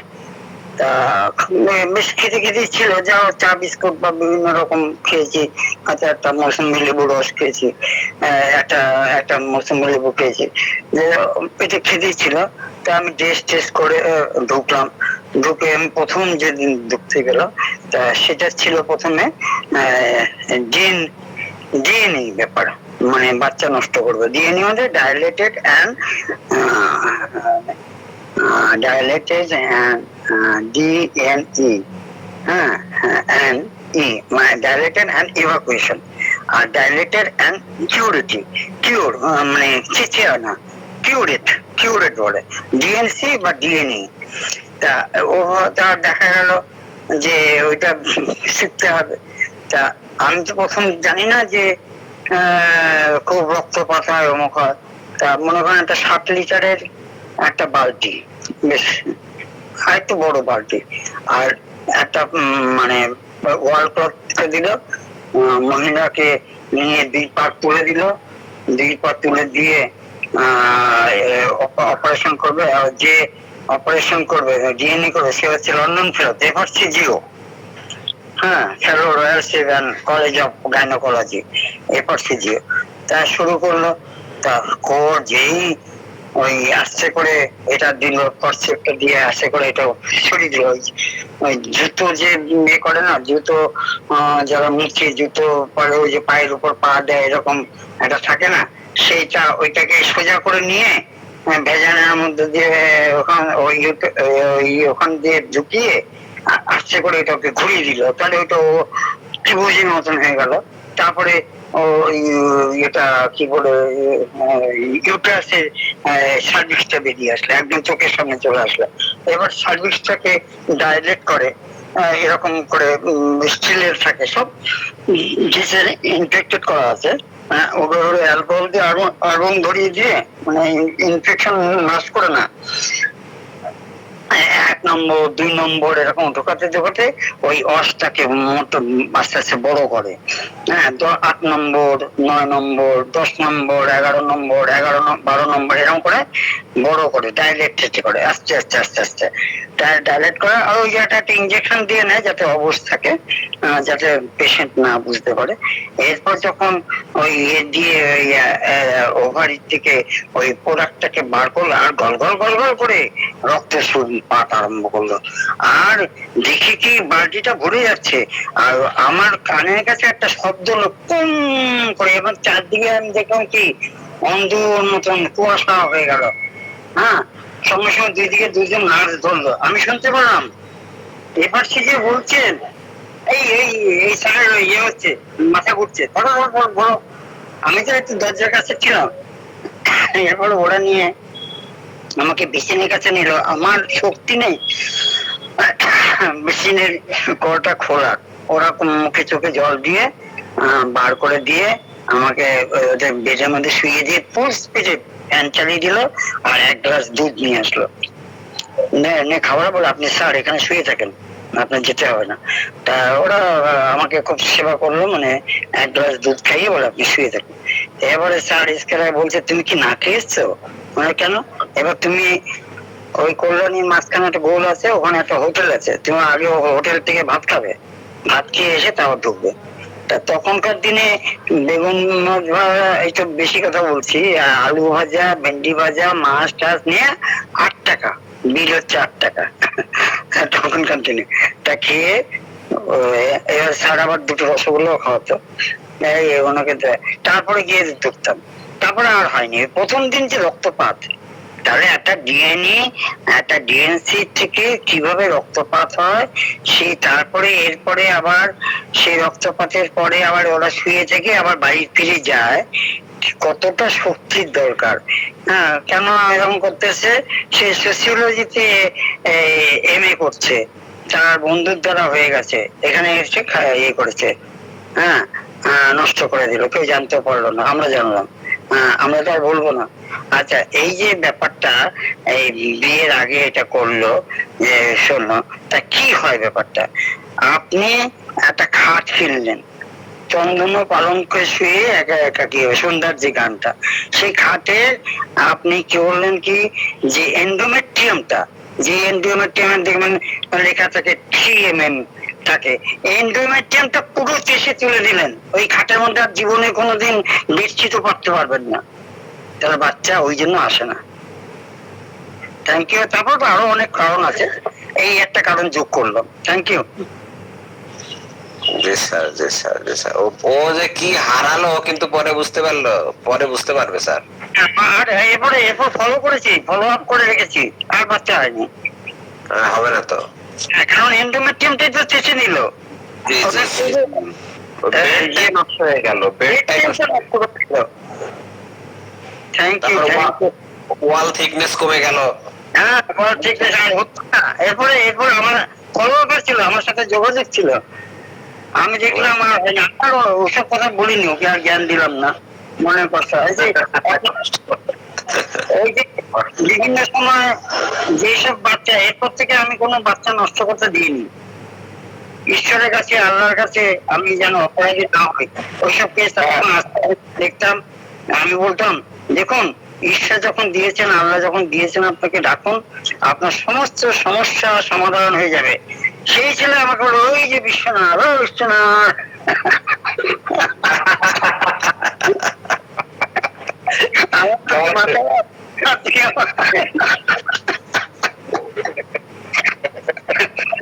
বুঝলেন?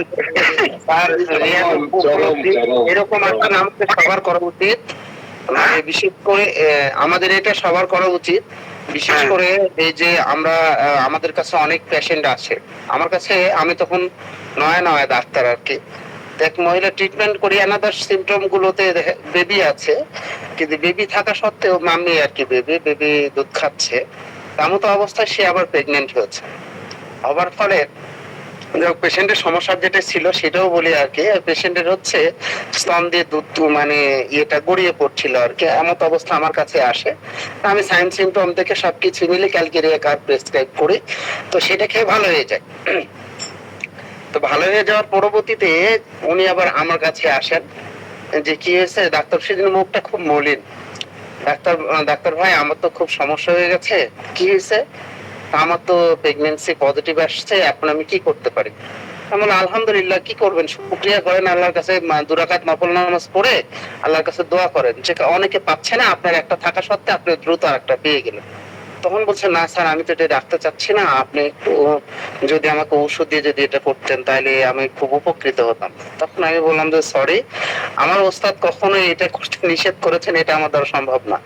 তখন ওনার হাজবেন্ড বলে, স্যার, টাকা পয়সা বেশি লাগলে দিব। আমি বললাম যে সরি, টাকা দিয়ে পৃথিবীর সবকিছু হয় না। টাকা দিয়ে যদি সবকিছুই হতো, যে সন্তানটা আগত, যে আসতেছে, আমি তাকে যদি নষ্ট যদি করি, টাকা দিয়ে তাকে কি আমি ফিরিয়ে নিয়ে আসতে পারবো? আমি কি পৃথিবীর সব সম্পদ দিয়ে তাকে কি ফিরিয়ে নিয়ে আসতে পারবো যদি আমি তাকে নষ্ট করে দিই? তারপরে আমি যে এটা সৃষ্টি করতে পারবো না, আমি কেন সেটাকে ধ্বংস করব? আমার দ্বারা এটা সম্ভব না। আমার কাছে মেডিসিন আছে, কিন্তু আমি এই ক্ষেত্রে এটা অ্যাপ্লাই করি না। সরি, আপনি আসতে পারেন। আমি এই ক্ষেত্রে এটা করি না, এটা আমি করি না। ইভেন আমার যে ওস্তাদ, উনি নিষেধ করেছেন এবং উনি নিজেও করেন না। ইভেন আমার চেম্বারে এটার জন্য যে মেডিসিন সেটা আছে, বাট ওনার চেম্বারে এই মেডিসিনটাই উনি রাখেন না। ওনার কথা যে আমি যদি ভুলবশত যদি কখনো যদি দিই, লোভের বশবর্তী হয়ে বা নিজের ক্ষেত্রেও যদি হয়, তাহলে সেটা আমার জন্য অন্যায় হয়ে যাবে। এটা হলো অবস্থা। আমরা এইটার দিকে লক্ষ্য রাখবো। আর দেখা যাচ্ছে এই যে ডিএনসি করলে বা এরকম ভাবে বাচ্চা নষ্ট করলে অনেক সময় দেখা যায় ফাইব্রোসিস্টিক চেঞ্জ হয়ে যায়। ঠিক আছে, এটা খুব জটিল আকারে, যে স্যার যেমন বললেন যে আপনি একটা পেশেন্টকে ফলো আপ করে দেখেছেন যে তার পরবর্তীতে কোনো বেবি হয় না। দেখা যাচ্ছে এটা পরবর্তীতে অনেক অনেক জটিল মানে কজেশন গুলো তৈরি করে ফেলে দেয়, যার ফলে আমরা এগুলো থেকে বিরত থাকবো। ধন্যবাদ স্যারকে। জি স্যার, একটা বাচ্চা 10টা মেট্রো রেল দিয়েও সম্ভব না। জি, তাহলে আমার একটা অভিজ্ঞতা বলি। ওই একটা ছেলে এসছে, এরকম ছেলে ঠিক না, তার একটা বাচ্চা আছে, তারে আর একটা বাচ্চা এসছে, তারা সে রাখতে চায় না, তার হাজবেন্ড ওয়াইফ নিয়ে এসছে। তো আমার সাথে আলাপ করলো, আমার ডাইরেক্ট আলাপ করতে সাহস পাচ্ছে না, অন্যজনের মাধ্যমে আমাকে বললো যে ভাই দেখেন দিন উনি একটু কি বলবে। তো আমি বললাম কি বলছে এই ব্যাপার। আমি বললাম যে আপনারা কি কথা বলেন, এটা একটা বেবির ভ্যালু আপনি বোঝেন? একটা বাচ্চার প্রক্রিয়া বা তার যে আল্লাহ তাআলার যে রহমত, একটা যে অবদান, এটা কিভাবে কি হয় ইত্যাদি ইত্যাদি, তাকে 30 মিনিটস আমি ইয়ে করলাম, মানে ম্যানেজমেন্ট বা যাই বলেন বুঝালাম। বোঝানোর পরে সে ইয়ে হলো, আমরা কাজ করেন আপনার ওয়াইফকে আপনি একটু কাইন্ডলি নিয়ে আসেন। তো ওয়াইফকে নিয়ে এসছে, ওয়াইফকে মানে আমি বুঝালাম, ওয়াইফকে বোঝাতে আরো সময় লাগছে বেশি। তো সব মিলিয়ে এখন সে বেবি কিন্তু রানিং। হ্যাঁ, তো আমি বললাম যে রিজিকের মালিক তো আল্লাহ, আপনি কি খাওয়াবেন নাকি? আপনি যে আসছে সে তার রিজিক নিয়েই আসতেছে। এমন হতে পারে এই বাচ্চাটা আসলে পরে আপনার কাজ, তারপরে আপনার আয় রোজগার বেড়ে যাবে, এবং তাই হয় সাধারণত। আপনারা দেখেন, আপনাদের বিয়ের আগে আপনাদের হাতে যেই টাকা ছিল, আপনাদের সবার বিয়ের পরে টাকা বেড়ে গেছে। তারপরে সন্তান হওয়ার পরে বরকত দিয়েছে, বিশেষ করে মেয়ে সন্তান হলে নিশ্চিত গ্যারান্টি আপনার আয় রোজগার বেড়ে যাবে। কিভাবে আসবে কেউ বুঝবেন না। সুতরাং এই আল্লাহ তাআলার নিয়ামতকে কখনো অস্বীকার করা যাবে না, এবং এই কাজটা কেউ কখনো করবেন না। ডাক্তার হিসেবে আপনি যখন ওথ নিয়েছেন, শপথ নিয়েছেন, সেখানে কিন্তু আপনি কিন্তু এটা করবেন না বলে শপথ নিয়েছেন কিন্তু। তো সুতরাং 2 টাকা ইনকাম করার জন্য অন্তত পক্ষে একজন মানুষ হত্যা করবেন না। এটা ভ্রূণ হত্যা মানে মানুষ হত্যা, এটা কখনো কেউ করবেন না, করা যাবে না। জি কামরুল স্যার। স্যার, ওই আমার তো তখন নতুন চাকরি, তো পরিবার থেকে বিয়ে দেওয়া চাপ দিচ্ছে, বিয়ে দিবে। আমি অল্প বেতন বিয়ে করতে খুব ভয় পাচ্ছিলাম, মারাত্মক ভয় পাচ্ছিলাম। আমি আমার দাদা মারতে আসছে, শালা বিয়ে কর, দেখ তোর ভাগ্য পরিবর্তন হয়ে যাবে, জানবি না কিভাবে কি হবে। যাই হোক, বোঝানোর পরে বিয়ে করলাম। বিয়ের 1 বছরের মধ্যে ওরও চাকরি হলো, আমারও ভালো একটা জব চেঞ্জ হলো, ভালোই হলো। এটাই স্যার আসলে রিজিক কিভাবে আসবে আল্লাহ। আর আরো বরকত হবে, বিধবা বিয়ে করলে আরো বরকত হবে, গ্যারান্টি। সুবহানাল্লাহ। হ্যাঁ হ্যাঁ, কামরুল স্যার আর জোয়ারদার স্যার আপনার লাইনে থাকেন, আমি খোঁজ খবর দিব বিধবা মেয়ে।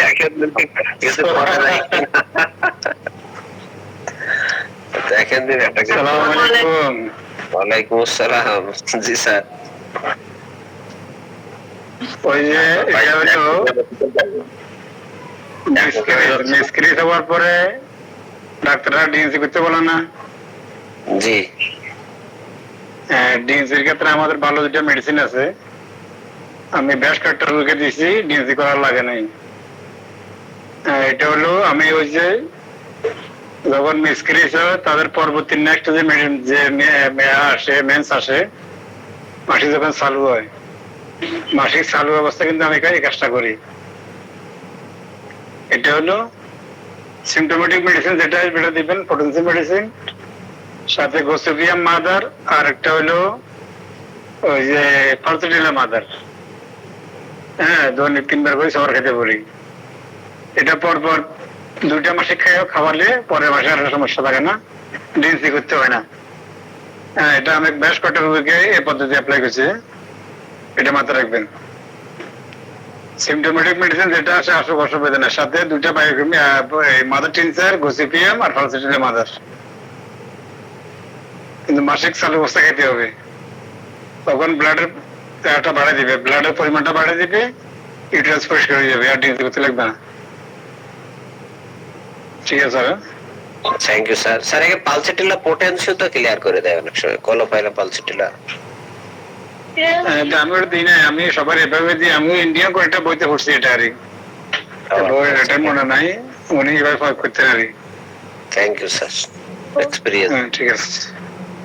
আমি বেশ কয়েকটা দিয়েছি এবং আমার ঘরের এক মোটে ঘটনা করছে, আমি এটা এরকম এই ওষুধে প্রয়োগ করলাম। তো মাসিক চালু অবস্থা করতে হবে। ও আচ্ছা আচ্ছা, মানে ফ্লো বাড়াই দিতে হবে, ফ্লো বাড়ালে পরে ওই যে ফ্লো বাড়া দিতে হবে, ফ্লো বাড়া দিতে হবে, তাহলে ইয়ে পরিষ্কার হয়ে যাবে। ফ্লো বাড়ানোর অবস্থা আমাকে ডিম দুধ এগুলা ভালো খেতে হবে, যাদের সে দুর্বল না হয়। জি জি জি। দুবার করলেও চলে, তিনবার হলে বলে জি স্যার। স্যার ওই একজন মহিলার, ওর বয়স নিয়ার অ্যাবাউট 37-8, ওনার মেয়ের বিয়ে হয়ে গেছে, অল্প বয়সে বিয়ে হয়েছিল, যাই হোক। তো ওনার ইয়ে হয়েছে, তা ওনারা রিস্ক ফিল করছেন মানে প্রেগনেন্ট হয়েছেন কিনা, তা ওনারা টেস্ট করেন। তো ওনারা ইয়ে টেস্ট করছে, ইউরিন টেস্ট করছে, তাতে ইয়ে হয়নি।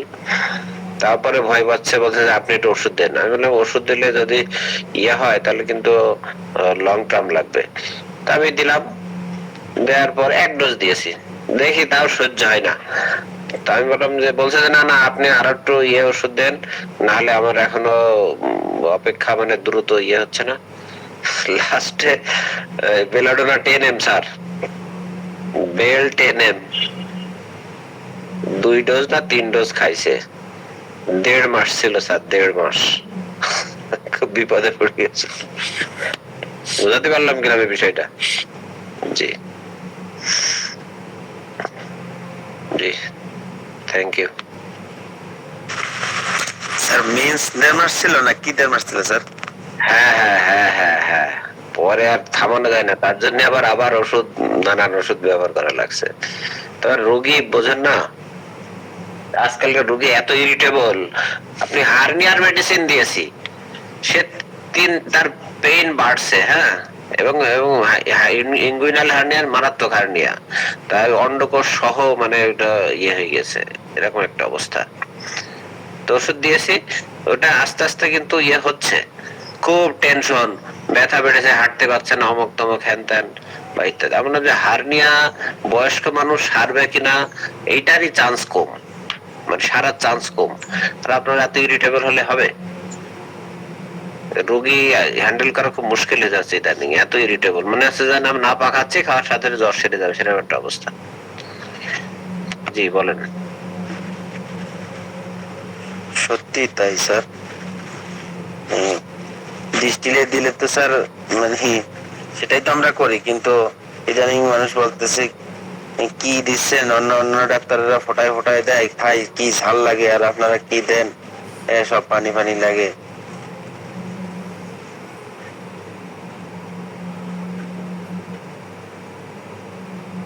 জি, 8টা বেজে গেছে, শুক্রবারের দিন। আলমগীর স্যার বাজারে যাবে। বলেন, কারো কোনো কোশ্চেন থাকলে শেষ কোশ্চেন শেষ। আমার যেটা ছিল ভাই, এই যে আমাদের মেসটা ক্লিয়ার করে দিলাম, এটা কি মানে ঠিক হচ্ছে, ঠিক হবে কিনা, এটা তো আমি তো হচ্ছে অনৈতিক মনে হচ্ছে। না না না, আরে বিষয়টা সেরকম না, সে ওষুধ তো দেয়নি, তার তো হচ্ছে অ্যাবারশনের ওষুধ দেওয়া হয়নি, তো অ্যাবারশনের ওষুধ দেওয়া হয়নি, বুঝছেন স্যার? আপনি যে বেলাডোনা দিলেন, সমস্যাটা কি ছিল? বেলাডোনা হচ্ছে যাদের মেনস্ট্রুয়েশন দেরিতে হয়, হয় না, ব্লিডিং কম হয়। এই যে শাহাদত স্যারের ফর্মুলা, শাহাদত স্যারকে আছে না চলে গেল?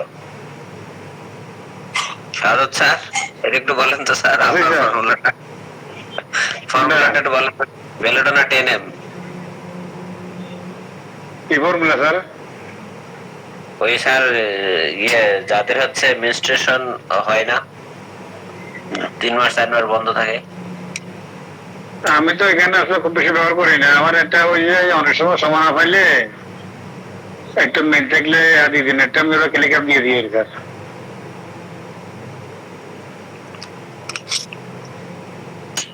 তাই একটা মেয়ের ওখানে 3টা ডোজে সেটআপ দিয়ে 1 মাসের আসতে বলে বা টেলিগ্রাম দিয়ে দিই, 2টা দিল না, যেটা মিলাতে পারি আর কি, 2টা বেশি ইউজ করি। 3-4 মাস পর পর মেন্স হয়, রেগুলার ক্লিয়ার হয় না, তাদের ক্ষেত্রে বেলোডোনা 10 1 ডোজ, ভালো না? একটা টুটকা গ্যারান্টি। আচ্ছা চেষ্টা করবো ইনশাল্লাহ। জি স্যার। ঠিক আছে।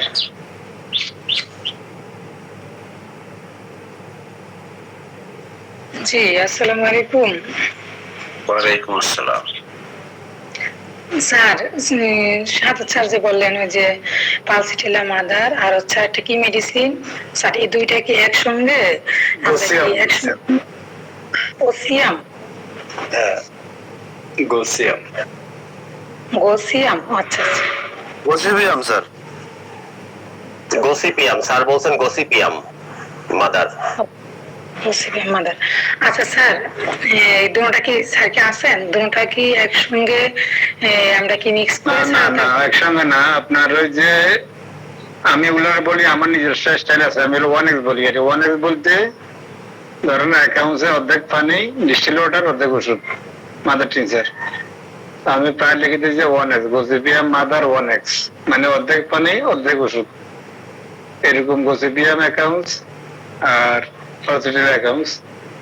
আর পোটেনসি মেডিসিন একটা দিয়ে দিই, ওটা বলে যে একটা খাবার আধা ঘন্টা আগে, একটা খাবার আধা ঘন্টা পরে, দিনে 3বার খাবে। যে কদিন সাইকেল চলবে ওই কদিন খাবে, সাইকেল বন্ধ হলে অফ করে দিবে, পরের মাসে আবার হলে আবার খাবে, আবার অফ করে দিবে। এটা ফ্লোটা বাড়ে যায়, ফ্লো বাড়ে গেলে ইউটেরাস থেকে পরের যে বডিটা আছে ওটা চলে যাওয়ার সম্ভাবনা খুব বেশি। এবং আমি বেশ কয়েকটা রোগীকে এটা প্রয়োগ করছি, এখনো করছি, রোগী পাইলে করি। ওই যে স্যার বলছে প্যাটার্নের মতো ওটা এরকমই করি। খাবার আধা ঘন্টা একবার আর খাবার আধা ঘন্টা পরে 10-12 ফোঁটা।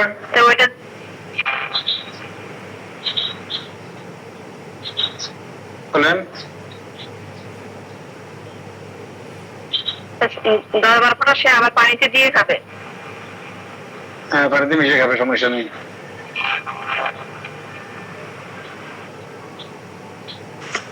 আমাদের বেশি দিবে জি মাদার টিনচার আমাদের দেশীয়টা হলে, দেশীয় কোম্পানির গুলো হলে কি একটু বেশি পরিমাণে খাবে? আমি দেশি আসলে ইউজ করি না, আমি ইন্ডিয়ান বা জার্মানি করি সবসময়।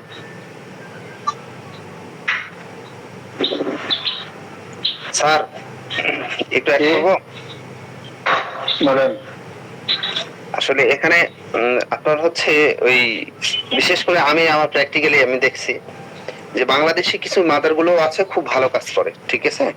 বাংলাদেশি বিশেষ করে নিউ লাইফ, ম্যাক্সফেয়ার, এই কোম্পানির যে মাদার গুলো আছে এগুলো মানে বিদেশি মানে যেগুলো ইয়েটা আছে আপনার হচ্ছে মাদার আছে, ওগুলো প্রায় সেম কাজ করে। সেই ক্ষেত্রে ওই কম বেশি ডোজের এরকম কোনো অপশন দেখি না আমি। দেখা যাচ্ছে যে মাদার যেগুলো ব্যবহার করি ওই বাহিরের গুলো যেমন খেতে বলি, এই দেশিগুলো সেম খেতে বলি, তো রেজাল্টের ক্ষেত্রে ওই তারতম্য আমি বুঝি না। তো সেই ক্ষেত্রে রিয়া স্যার যেটা জিজ্ঞেস করছেন, এটার মানে ডোজের তারতম্য বা পরিমাণের তারতম্য প্রয়োজন হয় না।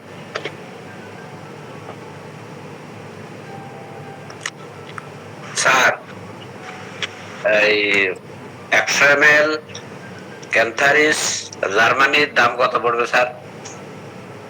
মিনিমাম 2800 টাকা না 3000 টাকা স্যার এখন সাধু স্যার? ক্যান্থারিস 3,500 উপরে, 3,500 উপরে। এখন বলেন তো স্যার, রোগী কি ওই টাকা দিতে পারবে? না 100 ml ক্যান্থারিস 3500 পড়বে মিনিমাম। তো সুতরাং আপনি রোগী কয় টাকা নেবেন আর কিভাবে দেবেন? স্যার আমি একটু বলি স্যার, আমি প্রথম পর্যায়ে দেখা যাচ্ছে যে আমি ওই যে বাইরের হচ্ছে এগুলো মাদার গুলো ব্যবহার করতাম, তো তারপর আমার উস্তাদ বললো যে আসলে তুমি বাইরে না করে তুমি নিউ লাইফের ব্যবহার করে দেখতে পারো। তা আলহামদুলিল্লাহ আমি ওটা বন্ধ করে দিয়ে বাংলাদেশে যে নিউ লাইফ কোম্পানির মাদার টিকচার গুলো আমি ব্যবহার করি, আলহামদুলিল্লাহ খুব ভালো ফলাফল পাওয়া যায়। খুব যে স্লো কাজ করে আমি এরকম দেখি নাই আর কি, যে মাদার গুলো ব্যবহার করে। আর স্যার সাদত স্যার খুব গুরুত্বপূর্ণ ভাবে কথা বলেন যে উনি কিভাবে দেন, উনি হচ্ছে পোটেন্টাইজ করে দেন, যেমন হচ্ছে হাফ হাফ করে দেন। আমি সেই ক্ষেত্রে আমি একটু আমার আমার ব্যক্তিগত ইয়েটা একটু অপিনিয়নসটা একটু বলি। আমি যেভাবে ব্যবহার কৌশলটা, আমি সাধারণত দেখা যাচ্ছে 10 ml এর বোতলগুলো ব্যবহার করি। 10 ml এর বোতলে দেখা যাচ্ছে যে প্রায় একটা বোতলে 100% এর 90% আমি হচ্ছে ডিস্টিল ওয়াটারটা নিয়ে নিই, তারপর ওই সেখানে কিছু আরএস যোগ করে দিয়ে সেখানে সামান্য পরিমাণ হচ্ছে আপনার ইয়েটা দিয়ে দিই। তো সেক্ষেত্রে দেখা যাচ্ছে দ্রুত কাজ করে। স্যার যেটা দেন আর কি ওনার প্র্যাকটিক্যালে, ওনার ব্যক্তিগত আর কি পদ্ধতি আর কি, আমার মতো করি আর কি। মাদার দিলে তো আরএস দেওয়ার দরকার নেই স্যার, কারণ মাদার তো আরএস দিয়ে তৈরি। স্যার আরএস দিয়ে তৈরি হলেও দেখা যাচ্ছে যে আমি আর কি বেসিক্যালি ভাবে যেটা করি আর কি, আমি ডাইরেক্ট হচ্ছে ডিস্টিল ওয়াটারটা ব্যবহার করি না আর কি। হ্যাঁ, এটা আর কি আমার একটা ইয়ে আর কি, আমি নর্মাল পানিটাকে সেই আরএক্স মিক্স করে দেখা যায় তারপর ওই সেখানে ব্যবহার করি আর কি। ওকে ওকে, জি আল্লাহ আপনার মঙ্গল করুন। তাহলে ওইখান থেকে কতটুকু খাইতে দেন তাকে? ওই যে আপনি 90% ওয়াট ডিস্টিলটা যে মাদারটা দেন, তাহলে রুগী এখান থেকে কতটুকু পরিমাণ করে খাবে? সর্বোচ্চ 5 ফোঁটা আমি খেতে বলি সাধারণত, 2 টাইমস 5 ফোঁটা। তখন ওইটা কি ঝাঁকি দেওয়ার ব্যাপার থাকে যে এতবার ঝাঁকি দিয়ে নেবে? এখানে যেহেতু পোটেন্টাইজের বিষয়, আমি ঝাঁকি দিয়ে খেতে বলি। আর আমার হচ্ছে উস্তাদের একটা কথা, সেটা আমি বলি আর কি, উস্তাদের অনেক কথা শেয়ার করছি। উস্তাদের কথা হচ্ছে যে যে কোনো লিকুইড কোনো কিছু খাওয়ার আগে একটু ঝাঁকিয়ে নেওয়া ভালো, ঠিক আছে? তো সেই সুবাদে আমি সেক্ষেত্রে ঝাঁকি দিয়ে নিতে বলি। কামরুল স্যার কিছু মনে হয় বলেন। আমি সকালে যে পানি খাই না, পানি জি স্যার। সকালে পানিটা কিন্তু আমি সাকাশন মেথডে খাই, 2 গ্লাস পানি খাই, সাকাশন মেথডে খাই। যখন পাই আমি পানিটা সাকাশন মেথড দিয়ে খাই। এই মেথডটা যারা অনুভব করতে পারে এরা বুঝতে পারবে শরীরের পরিবর্তন ঘটে। বুঝার মানে যদি বুঝার যোগ্যতা থাকে তাহলে যাকে সিস্টেমটা এটা যে শরীরে একটা পরিবর্তন ঘটে এটা বুঝতে পারবেন। স্যার একটু বুঝতে পারলেন স্যার? সাকাশন পানি মিশিয়ে দিলে, ওই যে সকালে পানি খাই না, পানি হ্যাঁ, সকালবেলা পিওর পানি কিভাবে সাকাশন করেন একটু বুঝিয়ে বলেন স্যার। আমি সাকাশন করে তখন গ্লাসটা নিচে রাখলাম, 2 ফুট নিচে উপর বাবার থেকে ছাড়ে দিলাম, এটাই সাকাশন। ওই পানি তো, পানির ভিতরে তো H2O আছে, আর তো কিছু নেই, তাহলে এই জায়গায় অ্যাডভান্টেজটা কি? ঠিক আছে, শুধু হাইড্রোজেন আর অক্সিজেনই তো আছে। যা তো আপনি উপকার করবে। আচ্ছা আচ্ছা আচ্ছা, বুঝলাম। ওইটাও উপকার করবে, আমি ব্যবহার করি আর কি। গসিপিয়াম হার্বেসিয়াম এটা কি জিনিস জানেন? কোথা থেকে তৈরি হয়? এটা হলো আমাদের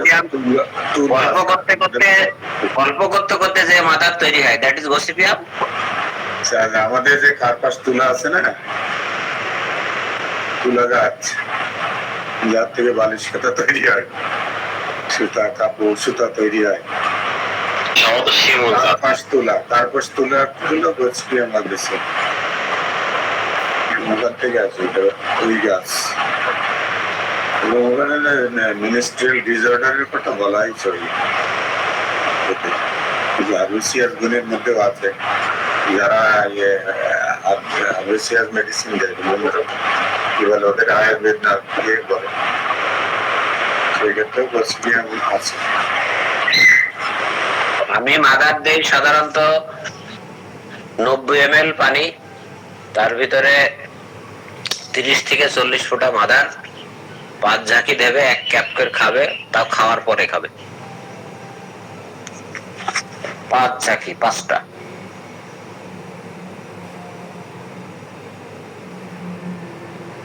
স্যার শাহাদাত স্যার যে বললেন যে খাবারের আগে যে একটা বললেন, সেই জন্য তো একটু কনফিউশন পড়ে গেলাম।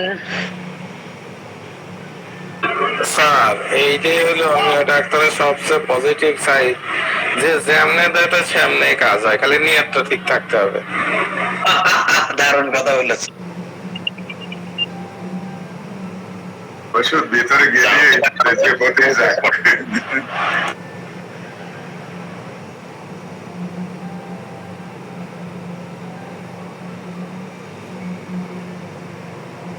তবে স্যার ঝাঁকু দিলে তো একটু পোটেন্টাইজড হওয়ার কথা, সেটাই আপনি যখন থরলি করবেন এবং সাপ্রেশন করবেন তখন একটু পোটেন্সি বাড়বে। এবং বাংলাদেশি হোমিওপ্যাথি একই পোটেন্সি বারবার দেওয়া যাবে, তাহলে আপনি একবার খাইয়ে আরেকবার ঝাঁকি দিলেন মানে তার পোটেন্সি বেড়ে যাবে। জি স্যার। আপনার মাদার সাধারণত খাওয়ার আগে দেন না পরে দেন? খাওয়ার পরে দেওয়া উচিত। আমার তো খাওয়ার পরে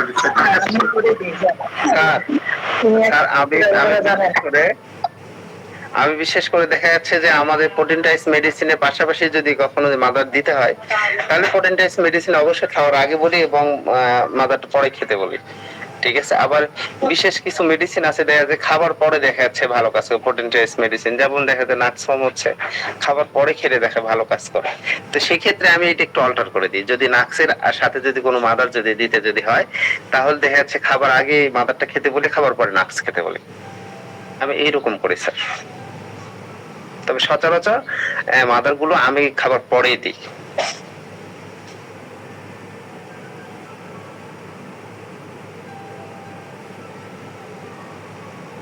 আমি খাবার পরে দিই মাদার। ফর্মুলাটা হচ্ছে আমার কাছে অনেক সময় মাদার টিংচারে অনেক অ্যাসিডিটি হয়, কোয়ান্টিটির ব্যাপার আছে, তো এই জন্যই আমি সাধারণত খাবার পরে দিই।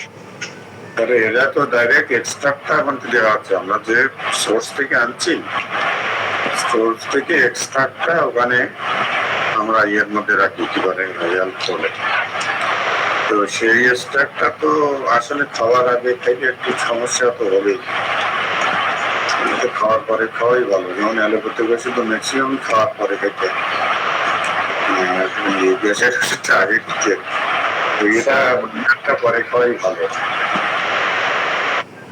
স্যার আমার ওই শ্যালকের আজকে 4 দিন জ্বর, তো মেন সিমটম হচ্ছে যে বোনস পেন আর জ্বর, বিশেষ করে ব্যাক পেন আর মেরুদণ্ডের ভিতর দিয়ে ব্যথাটা পায়েও আছে আর জ্বরের তীব্রতা বেশি। আমি ওই প্রথম দিন থেকে ওকে ইউপিটিরিয়াম দিচ্ছে, তো একদিন যাওয়ার পর থেকে তীব্রতা কমে গেছে। তো কালকে দেখলাম যে কালকে 3 দিন গেছে, মোটামুটি তীব্রতা অনেক কম। তো কালকে আবার ওই প্লাটিলেটস আর সিবিসি করাইলাম, করানোর পর দেখি স্যার যে ও ডেঙ্গু টেস্ট করছে, ডেঙ্গু পজিটিভ, আর প্লাটিলেটস অনেকটা কমে গেছে। অবশ্য নর্মালি থেকে স্যার 1.5 লাখ থেকে 3.5 লাখ, তো ওর আসছে 1,60,000। তো দেখলাম যে কমের দিকে, এই জন্য আমি আবার ক্যারিক্যাপিয়া মাদার দিলাম স্যার কালকে রাত থেকে, যে দিনে 3 বার করে খাবে। আলহামদুলিল্লাহ সেরে যাবে ইনশাআল্লাহ। সেরে যাবে। আর সেই পাশাপাশি যদি ডিহাইড্রেশন বেশি থাকে তাহলে একটু খাবার স্যালাইন খাওয়াবেন ইনশাআল্লাহ। লিকুইড খাওয়ার চেষ্টা করতেছে, ডাবের পানি, ডালিম এসব। মানে এই সময় কি হয় যে ইলেকট্রোলাইটস এর পরিমাণগুলো হচ্ছে কমে যায়। হ্যাঁ, তো সেই ক্ষেত্রে দেখা যাচ্ছে ডাবের পানি, তারপর গ্লুকোজ, স্যালাইন এগুলি খুব গুরুত্বপূর্ণ এখানে মানে উপাদান হিসেবে কাজ করে আর কি। এটা আমাদের মাথায় রাখতে হবে। এই রোগীর আরেকটা ওষুধ হচ্ছে platelet 1,60,000 normal sir, platelet 1,60,000 normal, 1.5 lakh কিন্তু নরমাল। হ্যাঁ, তো নরমালি একটু বেশি থাকার কথা না আরো? না সমস্যা নাই, এটা 50 নিচে নামলে একটু রিস্ক, 15 পরে নিলে পুরো রিস্ক, 15,000 পরে নামলে পুরোটা রিস্ক। হ্যাঁ, 50 নিচে রিস্ক নেই। এবার আমার একটা কথা শেয়ার করি স্যার, সবাই শুনেন। জি জি বলেন স্যার।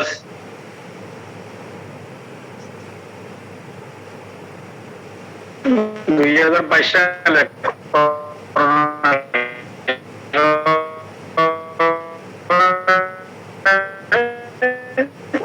স্যার আমি আপনাকে শুনতে পাচ্ছি না, অন্যান্য রোগ কি তাই নাকি? আমি তো এখন বাসায় আছি, দেখা যাক। 2022 সালে করোনা কালে, হ্যাঁ, আমার জ্বর এসছে।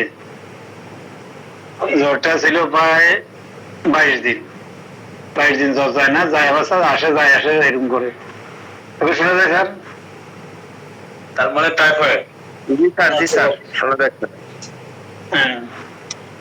পরে আমি ওই প্রোটেকশন নিয়ে রোগ দেখতে যেতাম, তখন প্রোটেকশন নিয়ে রোগী একবেলা রোগ দেখতাম। 11টার দিকে যাই, 1টা দিকে ছুটি আসতাম বা 12টার দিকে ছুটি আসতাম। হঠাৎ জ্বর দেখা দিল, জ্বরটা আসে 101, 99, 101, এর উপর উঠে না 99। করোনার ভয়, আমাদের মহসিন স্যার, সিরাজ স্যার সব থেকে তো অজব করি, ওষুধ খেলাম, নিজেও খাইতেছি, কোনো কাজ হয় না। এভাবে 22 দিন। কয়দিন? 22 দিন। 22 দিন মধ্যে আমার ঘরে যে ড্যান,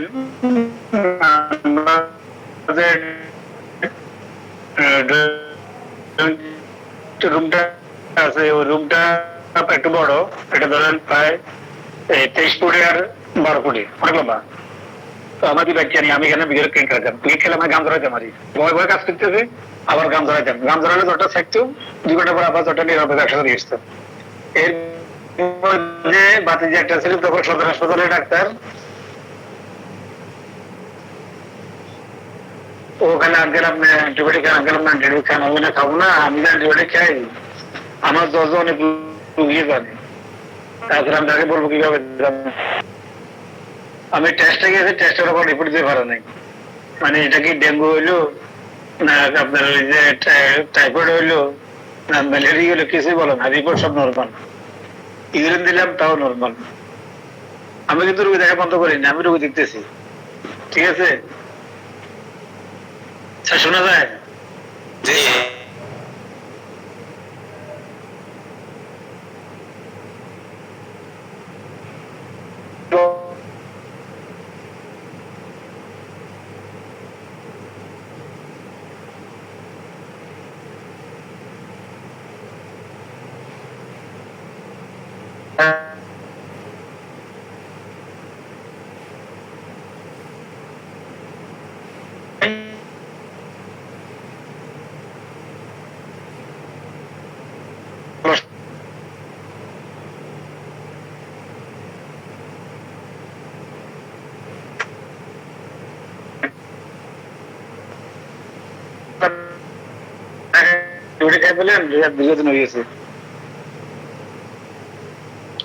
ওরা 22 দিন জ্বরটা ফলাতে পারি না, এবার ঘরে সবাই বৈঠক করছে, আমি আমার কি করবো বুঝছেন?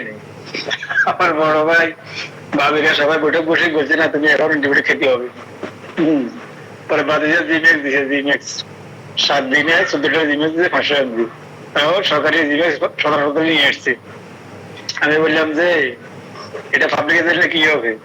পাবলিকে দিলে ডাক্তার বাইসতে করা আগে ডাক্তার চিকিৎসা করবি। তাহলে দেখেন 22 দিন আমি জ্বরে ছিলাম, 22 দিন আমাদের ইখতিয়ার, আমাদের মহসিন স্যার, সিরাজ স্যার সবাই পরামর্শ দিয়েছে, কিন্তু জ্বরটা ফেলতে পারিনি। জ্বর যায় আসে, জ্বর যায় আসে, ওষুধ দেওয়া 22 দিনে 4-5 মাসের করে চেঞ্জ করা হয়েছে, কোনো কাজ নেই। এটা বলার উদ্দেশ্য হলো, আমরা যত কিছু বলি কোনো কিছু স্বয়ংসম্পূর্ণ না। আমি 22 সালের পরে স্যার 1 মিনিট স্যার, বলেন, মানে সেই সময় আপনি কি কি ওষুধ খাইছিলেন স্যার? তো কোন সিমটমে কি ওষুধ? আমি প্রথম নিজে খেয়েছিলাম রাস্টাক্স, নিজের রাস্টাক্স খাই, রাস্টাক্স খাওয়ার পরে এবারে ওই যে এরপরে খাইলাম আপনার বেলাডোনা খাইলাম, হ্যাঁ বেলাডোনা খাইলাম। এরপরে আসলো বেলাডোনা খাওয়ার কারণ হলো তখন চোখের মধ্যে একটা ছবি দেখা দিচ্ছে লাল, হ্যাঁ বেলাডোনা খাইলাম। এরপরে সিরাজ স্যার বলছিল ব্রানিয়া 1M খাইতে, তাও খাইলাম। এরপরে মহসিন স্যার কেটা বলছে, তাও খাইলাম। এদের ইতিহারে বলছে, তাও খাইলাম। 5টা মেডিসিন টেস্ট করা হয়েছে 22 দিনে,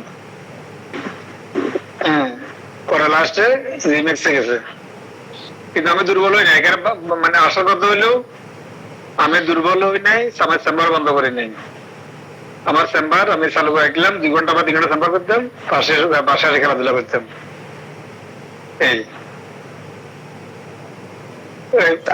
এই ধরনের অভিজ্ঞতা, জি বলেন।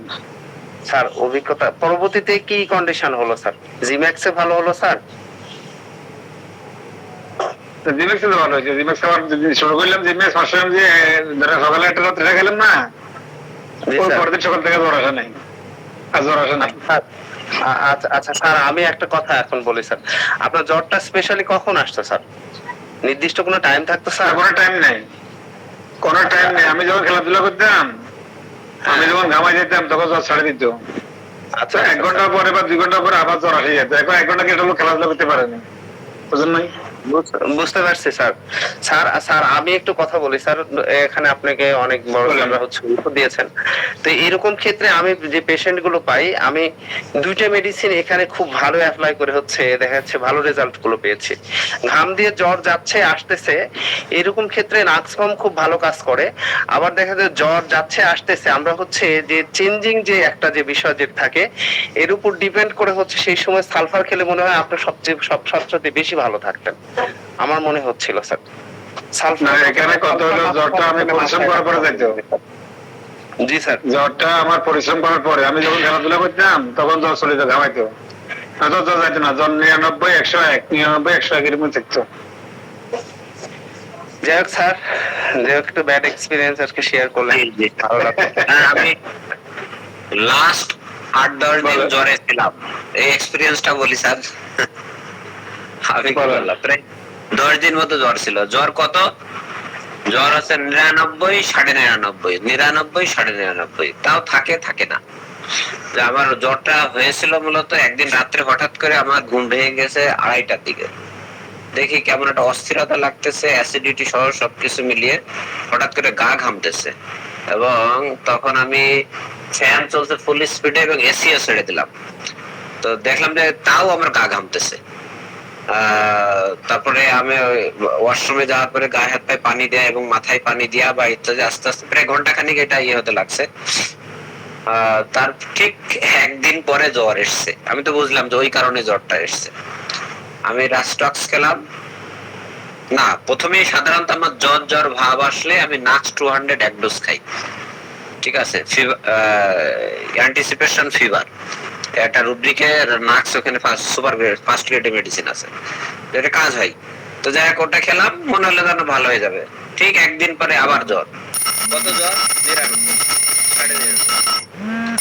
তারপরে কি খেলাম? তারপরে রাস্টক্স খেলাম। তো 4 ডোজ না 5 ডোজ 200 খেয়েছি, ছেড়ে গেল। আবার 2 দিন পরে আবার জ্বর আসলো। কি ব্যাপার? তখন তো আমার একটু বেশ ভীতিই লাগলো। এই রাস্টক্সের সাথে আপনার আমি খাচ্ছিলাম, ন্যাট্রাম সালফ খাচ্ছিলাম। আর টেম্পারেচার যদি বেশি বৃদ্ধি পায় সেই ক্ষেত্রে আমি সাধারণত সেরামফস 6 ইউজ করি। তো যাই হোক, ঠান্ডা লাগছিল প্রচুর, ঠান্ডাটা একটু জমে গেল, মাথা ব্যথা ইত্যাদি সবকিছু মিলিয়ে এইভাবে হয় না। তখন ইভেন আমি একবার নাপা খেয়েও টেস্ট করলাম যে জ্বরের কোনো পরিবর্তন হয় কিনা, তাতেও হয় না কিছু, শুধু গা ঘামে কিন্তু কাজ হয় না। এরপরে আমি আব্দুল হক স্যারের কাছে ফোন দিলাম। আব্দুল হক স্যারের কাছে নিজে ট্রিটমেন্ট নিজে করে আসলে মুশকিল, তো আব্দুল হক স্যার তখন বললো, স্যার আপনি রাস্টক্স যেহেতু এটা কাজ করেনি, তবে আপনার রাস্টক্স মনে হচ্ছে, আপনি ডালকামারা খান, ঠিক আছে। তো আমি তারপরে খেলাম হচ্ছে ডালকামারা 200, আমার 5-6টা ডোজ খাওয়া লাগছে, খেয়েছি। তো গত 2 দিন মোটামুটি আল্লাহর রহমতে আমি ভালো আছি। এবং লাস্টে আমি চিন্তা করেছিলাম এই ডালকামারা কাজ না করলে আমি পাইরোজেন খাবো, এই হচ্ছে অবস্থা। আল্লাহর রহমতে এখন আমি ভালো আছি। এইটা হচ্ছে আমার লাস্ট 10 ডেজ একটা জার্নি 99 জ্বর থাকার। Thank you sir. জ্বরের স্যার একটু স্যার বলেন। আপনার এই জ্বরের সিমটম গুলোর মধ্যে হচ্ছে টেম্পারেচার কোথায় বেশি ছিল কোথায় কম ছিল, এটা কি আইসোলেট করছিলেন স্যার? টেম্পারেচার হচ্ছে সারা শরীরেই ছিল, জ্বর ভাব, শরীরে বল কমে যেত, মানে ঠান্ডায় লেগে জ্বর আসলে যেটা হয় একেবারে সেটা জেনুইন রাস্টক্স, এই আর কি। না, এখানে বিষয়টা হচ্ছে যেহেতু আপনার হচ্ছে টেম্পারেচারটা যদি হাত পায়ে যদি মানে হাত পাও যদি গরম যদি থাকে এবং সেক্ষেত্রে আমাদের কপাল যদি গরম যদি থাকে, আর যে সিজন গুলো চলতেছে এই সিজনে দেখা যাচ্ছে ডাল কামড়াটা বেস্ট একটা ভালো একটা কাজ করে আর কি। ডাল কামড়ার সিজনে এখনো যে আমরা যদি মনে করি যে না বর্ষাকাল চলে আসছে, এখন হয়তো দেখা যাচ্ছে ডাল কামড়াটা মানে এটা কিন্তু মাথায় রাখতে হবে, বর্ষাকাল কিন্তু ডাল কামড়ার একটা সিজন, এটা মাথায় রাখতে হবে। শরৎকালীন মেডিসিন ডালকামারা। হ্যাঁ, না এই যে বর্ষাকালে হচ্ছে ডালকা মারাটা খুব ভালো কাজ করে, এটা আমি দেখছি, আমার ব্যক্তিগত ভাবে দেখছি। এই ইদানিং যে পেশেন্ট গুলো পাচ্ছি বিশেষ করে বাচ্চাদের যাদের জ্বর আসতেছে, আমি দেখা যাচ্ছে কপালে হাত দিলে দেখা যাচ্ছে তাদের হচ্ছে কপালটা গরম হয়ে আছে, হাত পায়ে হাত দিলে দেখা যাচ্ছে তো তাদের হচ্ছে হাত পাও গরম হয়ে আছে। এই ক্ষেত্রে চোখ বন্ধ করে আমি দেখা ডালকা মারা ব্যবহার করছি, অ্যাভেলেবল খুব ভালো ফলাফল পাচ্ছি। তো এর ভিতরে স্যার আমার 2 বোন বেড়াতে এসেছিল, তারা বলছে তুই এখনো বসে আছিস, চল তোর হাতে রক্ত পরীক্ষা করে নিয়ে আসি। আমার কামরুল স্যারের ভাবি মানে আমার বউ, সে বলতেছে যে রক্ত পরীক্ষা করে নিয়ে আসি। তা আমি তো বুঝছি রক্ত পরীক্ষা করে কি হবে না হবে, কিছুই হবে না। কারণ টাইফয়েড হলে আপনার প্রধান যে সিমটম, গায়ে যে ঘাম হবে, ঘামে প্রচুর গন্ধ হবে, পেশাব এবং পায়খানায় গন্ধ হবে, তাপমাত্রা হঠাৎ বাড়বে, বেশিক্ষণ থাকবে, আবার কমে যাবে। This is typhoid. জি, কিন্তু স্যার আমি এটা বুঝলাম না স্যার যে আপনার এই রোগের সাথে যে কামরুল স্যারের হচ্ছে ভাবি আর আপনার বইয়ের সম্পর্কটা কি? আপনার সাথে দেখা যাচ্ছে ভাবির সম্পর্ক না, সেটা বুঝলাম। এটা বুঝতে স্যার সময় লাগবে স্যার, সবকিছু বুঝতে না, আপনি কামরুল স্যারকে জড়ায় ফেললেন। স্যার আমি একটা জ্বরের পেশেন্টের একটা এটা আমি শেয়ার করি, কেস শেয়ার করি। তো এটা হচ্ছে গত বছরের ঘটনা। এটা এই পেশেন্টের গায়ে জ্বর হতে 3-4 মাস যাবত ধরে বিভিন্ন ওষুধ খাইছে, অনেক ডাক্তারের কাছে ওষুধ খাইছে, কিন্তু এই পেশেন্টের একটা পিকুলার একটা সিমটমটা ছিল, এই পেশেন্টের গায়ে জ্বর আসে আপনার হচ্ছে বেলা 11টার দিকে। 11টার দিকে জ্বর আসে, জ্বর দেখা যাচ্ছে যে 103 বা কখনো দেখা যাচ্ছে 102 এরকম জ্বর থাকে, আবার বিকেলে দেখা জ্বর নাই। ঠিক আছে, তো এই পেশেন্টটা আমার কাছে কেমনে জানি কার মিডিয়ে আসছে, আমার সঠিক মনে নাই, তবে কার জানি একটা মিডিয়াতে আসছিল, উনি সাথে নিয়ে আসছিলেন। তো পেশেন্টটা দেখছে একদম মানে কি বলবো মন মরা হয়ে আছে যে আমার এই জ্বর মনে হয় ভালো হবে না। ওনার বয়সও মোটামুটি ভালো, 60-65 মতো বয়স হবে, আমি মনে হয় মরে যাবো, এরকম অবস্থা। মানে উনি আশা ছেড়ে দিয়েছেন যে জ্বর ভালো হচ্ছে না, এই জ্বরের একটা শেষ পর্যায়ে যে হয়তো দেখা যাচ্ছে যে এর দ্বারা আমার পরিসমাপ্তি ঘটতে পারে আর কি। জ্বর নিয়ে ওনার ভাবনা টাবনা মানে উনি ছেড়ে দিয়েছেন যে এটা কমনলি আমার হয়তো থাকবেই, এই অবস্থা। তো তখন আমি আর কি টাইমের একটা বিষয়টা দেখলাম, আর একটা বিষয়টা দেখলাম যে পেশেন্টের একটু লবণ খাওয়ার প্রতি একটু আগ্রহ আছে। আমি আর কোনো কিছু জিজ্ঞেস করি না, তাকে নেট্রামিওর দিয়েছি। নেট্রামিওর দিয়েছিলাম হচ্ছে সম্ভবত 3 ডোজ কিংবা 4 ডোজ দিয়েছিলাম। আলহামদুলিল্লাহ পেশেন্ট ভালো হয়ে গেছে। জ্বর যাচ্ছিল আসছিল 4 মাস পরের, এই 4 মাস জ্বরের পেশেন্ট আর কি নেট্রামিওরে ভালো হয়ে গেছে, আলহামদুলিল্লাহ।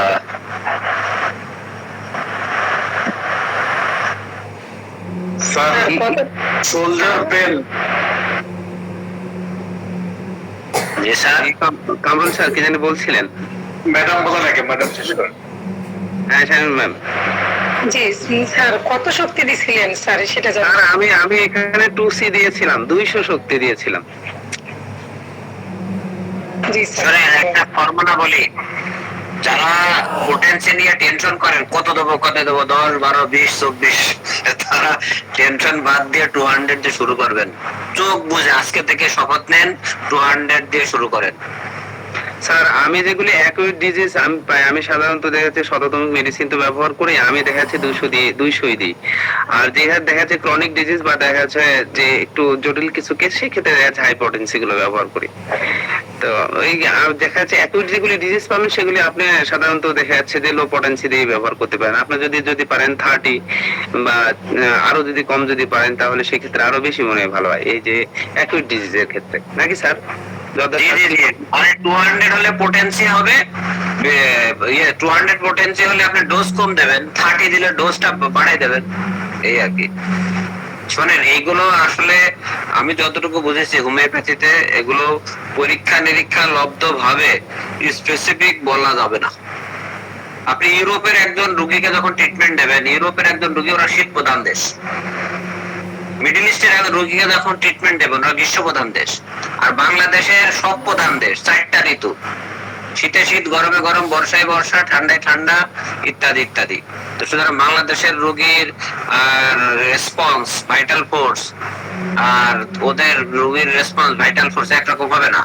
ইভেন এখানে যারা সাতক্ষীরা অঞ্চলে বসবাস করেন, সাতক্ষীরা অঞ্চলে তো রোগী না দেখে একটা মেয়র দিলে 50% কাজ হবে। ইভেন স্যার আমার শাহাদত স্যার যে অঞ্চলে, স্যার নোয়াখালী, হাতিয়া, এইসব অঞ্চলে তো আপনি চোখ বুঝেন একটা মেয়র দিলেও কাজ করতে পারে। সাতক্ষীরা একটা মেয়র কেন? মানে আমিও সাতক্ষীরা, এই জন্য জানতে চাই। সাতক্ষীরা একটা মেয়র কেন? আপনার আবহাওয়ায় তো লবণ, আপনার আবহাওয়া লবণ না। ও আচ্ছা। আপনি তো পানি, ভালো পানি খেতে পারেন, আপনি তো জীবনে ভালো পানি খেতে পারেন না, পারেন? না স্যার, লবণ যতই মিষ্টি হোক তবুও লবণ। স্যার আপনি কিন্তু একটু ইয়ে করে বললেন স্যার, এই সাতক্ষীরার মানুষ তাই বলে কি আপনি মিনারেল ওয়াটার খায় না? না, খায় না স্যার। সাতক্ষীরার লোক আপনি জানেন, আমি সেখান থেকে এসছেন, আমার বললে হবে? মামুর কাছে খুব কিউট স্যার, আমার কলিগ আছে একটা স্যার। স্যার একটা বিষয় আমার প্রশ্ন ছিল স্যার, আগে এক্সপোর্টার্স যেগুলো আগে যারা আমাদের সিনিয়র অনেক পুরাতন অভিজ্ঞতা ডাক্তার বয়স্ক তারা বেশি দিত এবং ভালো কাজ করত। এখন এই যে আমরা যা খাচ্ছি, যা এনভায়রনমেন্ট, সবকিছু মিলে আমাদের ইমিউন সিস্টেমটা এত উইক হয়ে গেছে, এই 6% 30% খুব বেশি।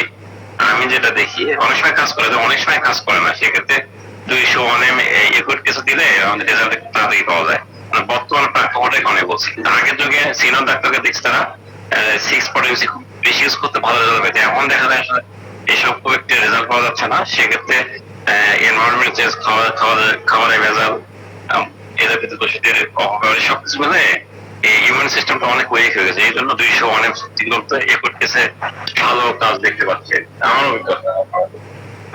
না, ঠিক আছে স্যার। যেমন মনে করেন আপনি এখন সপ্তাহে আপনি মাংস খান কয়বার, বা আপনার ছেলে মেয়ে মাংস খায় কয়বার, আপনি চিন্তা করেন। আপনি আজ থেকে 30 বা 40 বছর 50 বছর আগে ফিরে যান তো, তারা মাংস খেত কয়বার? এবং যে বাড়ির বারান্দার সামনে যে বেগুন গাছ ছিল, সেই বেগুন গাছের বেগুন খেত।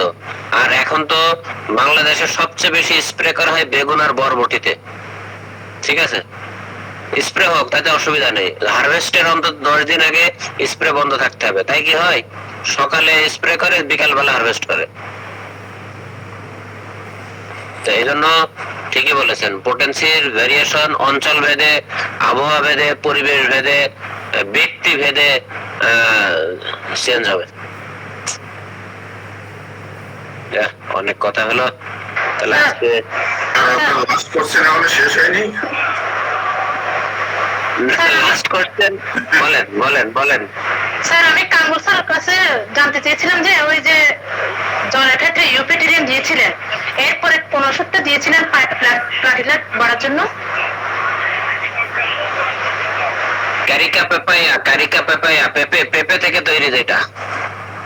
আর সেটা যদি আপনি না পান, আপনার কাছে না থাকে, পেঁপের পাতা রস করে খাওয়াবেন। ক্যারিকা পেঁপের থেকে বেশি কাজে লাগবে। পেঁপের পাতা রস করে খাওয়াবেন। ঠিক আছে স্যার, থ্যাংক ইউ। ওকে।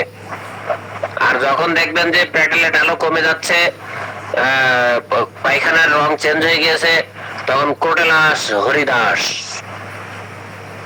মনে থাকবে তো? জি স্যার, থ্যাংক ইউ। হরিকান্ত দাসকে মনে না রাখলে হবে স্যার? ক্রোটেলাস হরিদাস। এটা কি শেষ করছেন? আর ছুটির দিন তো, এই আর কি। তো ঠিক আছে, শেষ করে এখন সেটা হচ্ছে ফিভার কেন্দ্রিক আলোচনা হলো, বিভিন্ন জন এক্সপিরিয়েন্স করলো, এরকম কিছু আসলে রোগ ভিত্তিক আলোচনা হওয়া দরকার। কিন্তু আমরা তো পড়াশোনা করতে, ঠিক আছে, আমার হয় এটা কাজে লাগে অনেকে, পাওয়া যায়। যে রোগগুলো এগুলো তারা কিভাবে ট্রিটমেন্ট করছে এবং মাঝে মাঝে একটু দরকার। থেরাপিউটিক্স, এটাকে আমরা বলি থেরাপিউটিক্স। স্যার আমাদের হচ্ছে প্রত্যেকটা ক্লাসের সবচাইতে চমকপ্রদ যে জায়গাগুলো থাকে, হ্যাঁ মেডিসিনের আলোচনা তো গুরুত্বপূর্ণ বিষয়, শেষ প্রশ্ন যেটা থাকে সেটা আরো বেশি গুরুত্বপূর্ণ থাকে স্যার। সঙ্গত কারণে শেষ প্রশ্নটা শেষ হওয়া উচিত না। আমি বলি স্যার, বিশ্বনাথ দত্ত স্যার যে বললেন স্যার এই যে গতকালকে ক্যালেন্ডুলার কথা, স্যার আমি গতকালকে ইউজ করে দেখলাম, কিন্তু স্যার খুবই ভালো লাগে। স্কিনটা মনে হয় যেন স্যার ফেসিয়াল করে আসছে মাত্র বিউটি পার্লার থেকে। কিন্তু স্যার কাছে এটা একটু জানা যে স্যার এটা কতদিন ইউজ করব আর কত মিনিট রাখবো মুখে, এটা যদি একটু বলতেন স্যার। সেটা কিভাবে ঠিক করছিল আমি এটা শুনি নাই। আরে তো তাহলে বিউটি পার্লার যাওয়া লাগবে। না স্যার খুবই ভালো। বলেন আপনি কিভাবে দিয়েছিলেন, বলেন সেইভাবে। বুঝেছি ঘটনা অন্যরকম, সেটা আমি বলতে যাচ্ছি না, বলেন।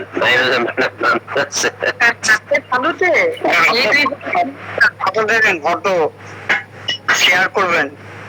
হ্যাঁ ফটো।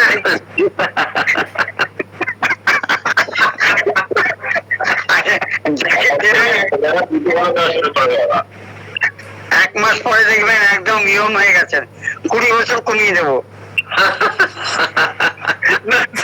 স্যার না ঠিক আছে, আমাদের বিশ্বনাথ দাদা বয়স বেশি হলো সমস্যা নেই, উনি পারবেন, উনি পার্লারটাকে শৌচালয় সম্পূর্ণ করতে পারবেন এবং পরিচালনা করতে পারবেন বোঝা যাচ্ছে।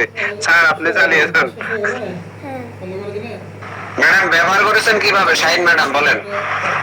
স্যার আমি হচ্ছে যে হাতের তালুতে স্যার 2 ফোঁটা পানি নিলাম, নিয়ে ওইখানে মাত্র 2 ফোঁটা স্যার ওই যে ক্যালেন্ডুলা মাদার দিলাম, দিয়ে হাত দিয়ে একটু নাড়া দিয়ে তারপরে পুরো ফেসের মধ্যে স্যার লাগানোর পরে আমি 3-4 ঘন্টা রাখলাম স্যার। পরে মুখ ধুলাম, দুপুরবেলা দেখলাম স্কিন এত সফট আর এত রাখতে হবে। এটা তো অ্যান্টিসেপটিক, তো আপনার জীবনে রোধক, তো হাইলি অ্যান্টিসেপটিক।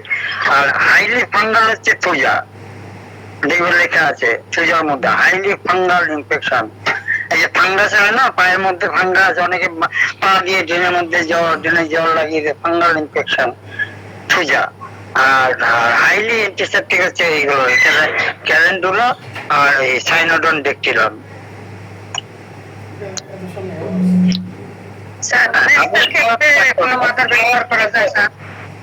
আপনি সারারাত্রি রাখতে পারবেন। মেস্তার মধ্যে স্যার কোনো মাদার ব্যবহার করা যায়? না মেচেটার মধ্যে যেগুলো সেগুলো তো খেতে হবে, খাওয়ানোর সাথে বললাম না, ওই যে কালকে যে কথা ছিল সিপিয়া লাইকোপোডিয়াম এগুলো। হ্যাঁ, তারপরে ওই যে আরেকজন বললেন না বারবারি সেকোয়া, কালচিটে ডাক পরে। আপনার ব্যাসটাকে কিন্তু হেলাফেলা করার সুযোগ নেই। ওইটা তো হচ্ছে ভিতরে জন্মদাগ। জি স্যার, জন্ম কলঙ্ক। যাই হোক স্যার, আমার প্রশ্ন লাস্ট প্রশ্ন হতে পারে। তো আমার কাছে কয়েকদিন আগে একটা পেশেন্ট এসেছিল, ও বলতেছিল যে প্রথম দিকে স্যার 2 আঙ্গুলের মাথায়, হাতের 2 আঙ্গুলের মাথায় সে ভোতা ভোতা অনুভব করে, মোটা মোটা লাগে, তেমন ফিলিংসটা কম আর কি, আঙ্গুলের মধ্যে ব্যথা করতো। এরপর কয়েকদিন পর থেকে আবার তার শোল্ডার জয়েন্টে পেন, এবং পেনটা স্পেশালি যখন সে হাত উপর দিকে হয়তো পাঞ্জাবি পড়তে যাইতো, পড়তে পারতো না, বা হাত নামাতে গেল ব্যথা, ওঠা এবং নামা দুইটাই ব্যথা, 2 সময় ব্যথা করে। এবং ওই আপনার শোল্ডার জয়েন্টের নিচে যে মাসেল হচ্ছে বাইসেপস মাসেল, সে বলছে মাসেলের টান খাওয়ার কারণে সে আর হাত উঠাতে পারে না, এবং নামাতে গেলে সেম পেন। তো আমি পাশাপাশি আরো কিছু ক্যারেক্টার নিয়ে দেখলাম যে মোশন তার অ্যাগ্রেভেশন, আর আরো কিছু সিমটম নিয়ে দেখলাম যে বায়োনের সে কিছুটা ম্যাচ করে, তাকে বায়োনের দিচ্ছি আমি। তো এরপর আসে নাই, দেখা যাক হয়তো আজকেও আসতে পারে। তো এই বিষয়ে কারো যদি কোনো ধারণা থাকে বলেন। জি, যদি শীতকালে ঢুকে হয় কষ্টিকাম চিন্তা করবেন, শেষ। এই তো স্যার জায়গাতে হাত দিয়ে দিচ্ছেন স্যার, ধন্যবাদ স্যার। আপনাকে ধন্যবাদ। এটা রোড কজ হচ্ছে সার্ভাইকাল স্পাইন, ওখানে নার্ভটা চাপা খাইছে এরকমটা মনে হচ্ছে আমার। সার্ভাইকেলের সবচেয়ে বড় মেডিসিন কস্টিকাম। সার্ভাইকেলে কিছু হলেই প্রথম চিন্তা করবেন কস্টিকাম, তারপর অন্য মেডিসিন। কস্টিকাম ল্যাকল্যান্থিস। এখানে আমি একটা মেডিসিন খুব ব্যবহার করি, এটা ধরুন যেটা লক্ষণ ফেলে দিয়ে দিই, সেটা হলো ক্লিব্যাক্টম। 3 মাস ইউজ করে 3 মাসের মধ্যে রোগী কি হয়ে যায়। আমার বেশ কয়েকটা ভিডিও দেবো আছে গ্রুপে। ক্লিব্যাক্টম সাথে ক্যালকেরিয়া ফ্লোর। ক্যালিবাইক্রম না স্যার? হ্যাঁ, ক্লিব্যাক্টম সাথে ক্যালকেরিয়া ফ্লোর, এটাই এনাফ, এটা বেশি লাগে না। 3 মাসের মধ্যে ভালো হয়ে যায়। বেশ কয়েকটা ভিডিও আমার গ্রুপে আছে, দেখবেন। আর মেসপার ক্ষেত্রে আমি কখনো দিতাম না, গত 6-7 মাস যাবত 3টা রোগীকে দিলাম, 3টা টেস্টে দেখলাম, 3টা ভালো, 3টার মধ্যে 2টা ভালো রেসপন্স করছে। সেটা হলো মাদার টিংচার, একটা হলো বারবারিক অ্যাকোপোলিয়াম, আর এটা হলো অ্যাসিড নাইট। 1:3 বারবারিক লাগে, 1:3 coconut oil. Extra coconut oil লাগাবে বারবারিক মাথার ভিতরে, বারবারিক অ্যাকোপোলিয়াম। আর 1:3 অলিভ অয়েল লাগাবে অ্যাসিড নাইট মাথার হাতে। এটা সকালে, এটা রাত্রে মুখে লাগাবে। একটা তাহলে আমাদের শোল্ডার, যেটা ফ্রোজেন শোল্ডার করি আমরা, ফ্রোজেন শোল্ডার আমি কম করি হইলো 10টার উপরে আছে, আলহামদুলিল্লাহ ভালো। 4-5টা ভিডিও করা আছে। এটা সব বলে ক্লিব্যাক্টম সাথে ক্যালকেরিয়া ফ্লোর। ওটা সিম্পটোমেটিক কথা ইন্টারকারেন্ট হিসাবে মানে জিভেক্সের মতো ফিক্সড। হ্যাঁ, ফিক্সড। Good job. জিভেক্সের মতো ফিক্সড এটা। আবার ওই যে ওইটা যেটা মেসটা যেটা বলতেছি, ওটা 3টাকে দিলাম, 2টা ভালো রেসপন্স করছে, 4টা কোনো রেসপন্স করা নেই। একটা আসলে 3 মাস পরে আসবে, আর ওষুধের 3 মাস চলে যায়। স্যার মেসটা একটু আবার মেসটার জন্য দিয়েছি acid nit mother, 1 ounce acid nit মাদারের সাথে 3 আউন্স গ্লিসারিন মিশাবে, গ্লিসারিন সরি অলিভ অয়েল মিশাবে, অলিভ অয়েল। আর বারবারিক অ্যাকোপোলিয়াম 1 আউন্সের সাথে 3 ounce extra virgin coconut oil মিশাবে। ঠিক আছে? স্যার এটা সকালে লাগাবে মাদার টিংচার। আচ্ছা আচ্ছা। তাহলে 1 আউন্সের সাথে 3 আউন্স মিললে 4 আউন্স হয়ে যাবে। ঠিক আছে না? ওই 4 আউন্স ওরা 3-4 মাস ব্যবহার করতে পারবে। এর মধ্যে আমি পরিষ্কার হয়ে গেছে। কদিন থেকে দেখার বিষয় এটা। আর একটা গত কদিন আগে এসছে, বলছে আমার এখনো কিছু হয়নি। তারপর দিনে তার সাথে চলমান। স্যার 1 আউন্সের সাথে কতটুকু medicine? Medicine 1 ounce, olive oil 3 ounce, তবে extra virgin coconut oil 3 ounce, 1:3। Sir এটা ইউজ করতে রাতে না দিনে? ওই যে অ্যাসিড নাইট লাগাবে রাত্রে, বারবারিক অ্যাকোপোলিয়াম লাগাবে সকালে। 1 ঘন্টা থাকলে হয়।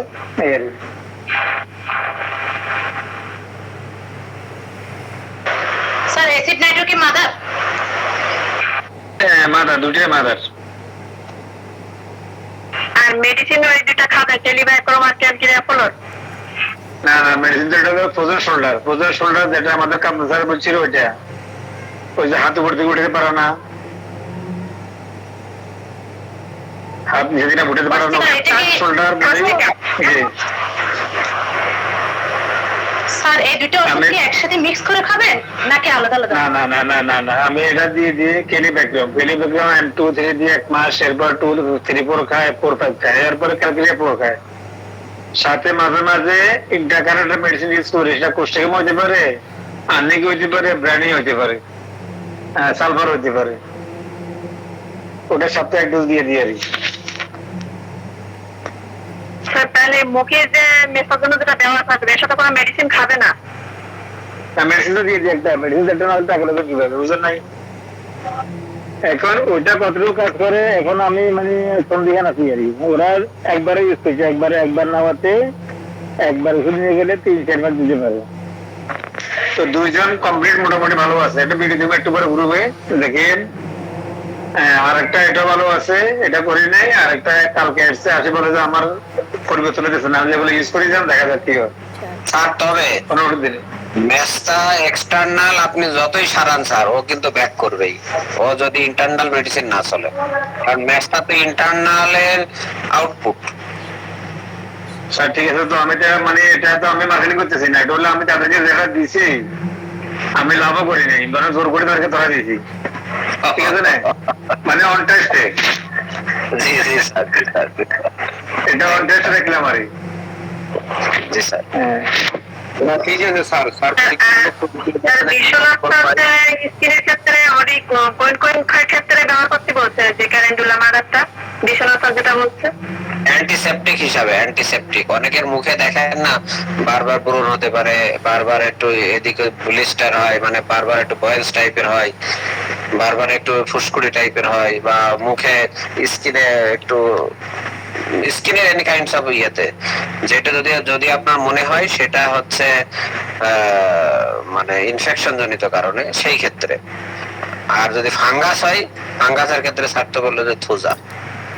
যাক, এগুলো যা আলোচনা করা হলো লাস্ট 1 ঘন্টা, এগুলো কিন্তু হোমিওপ্যাথি না, এটা কিন্তু এর জন্য গ্রুপ দায়ী থাকিবে না। সবাইকে ধন্যবাদ, আজকে আমরা শেষ করি। আসসালামু আলাইকুম ওয়া রাহমাতুল্লাহ, আল্লাহ হাফেজ।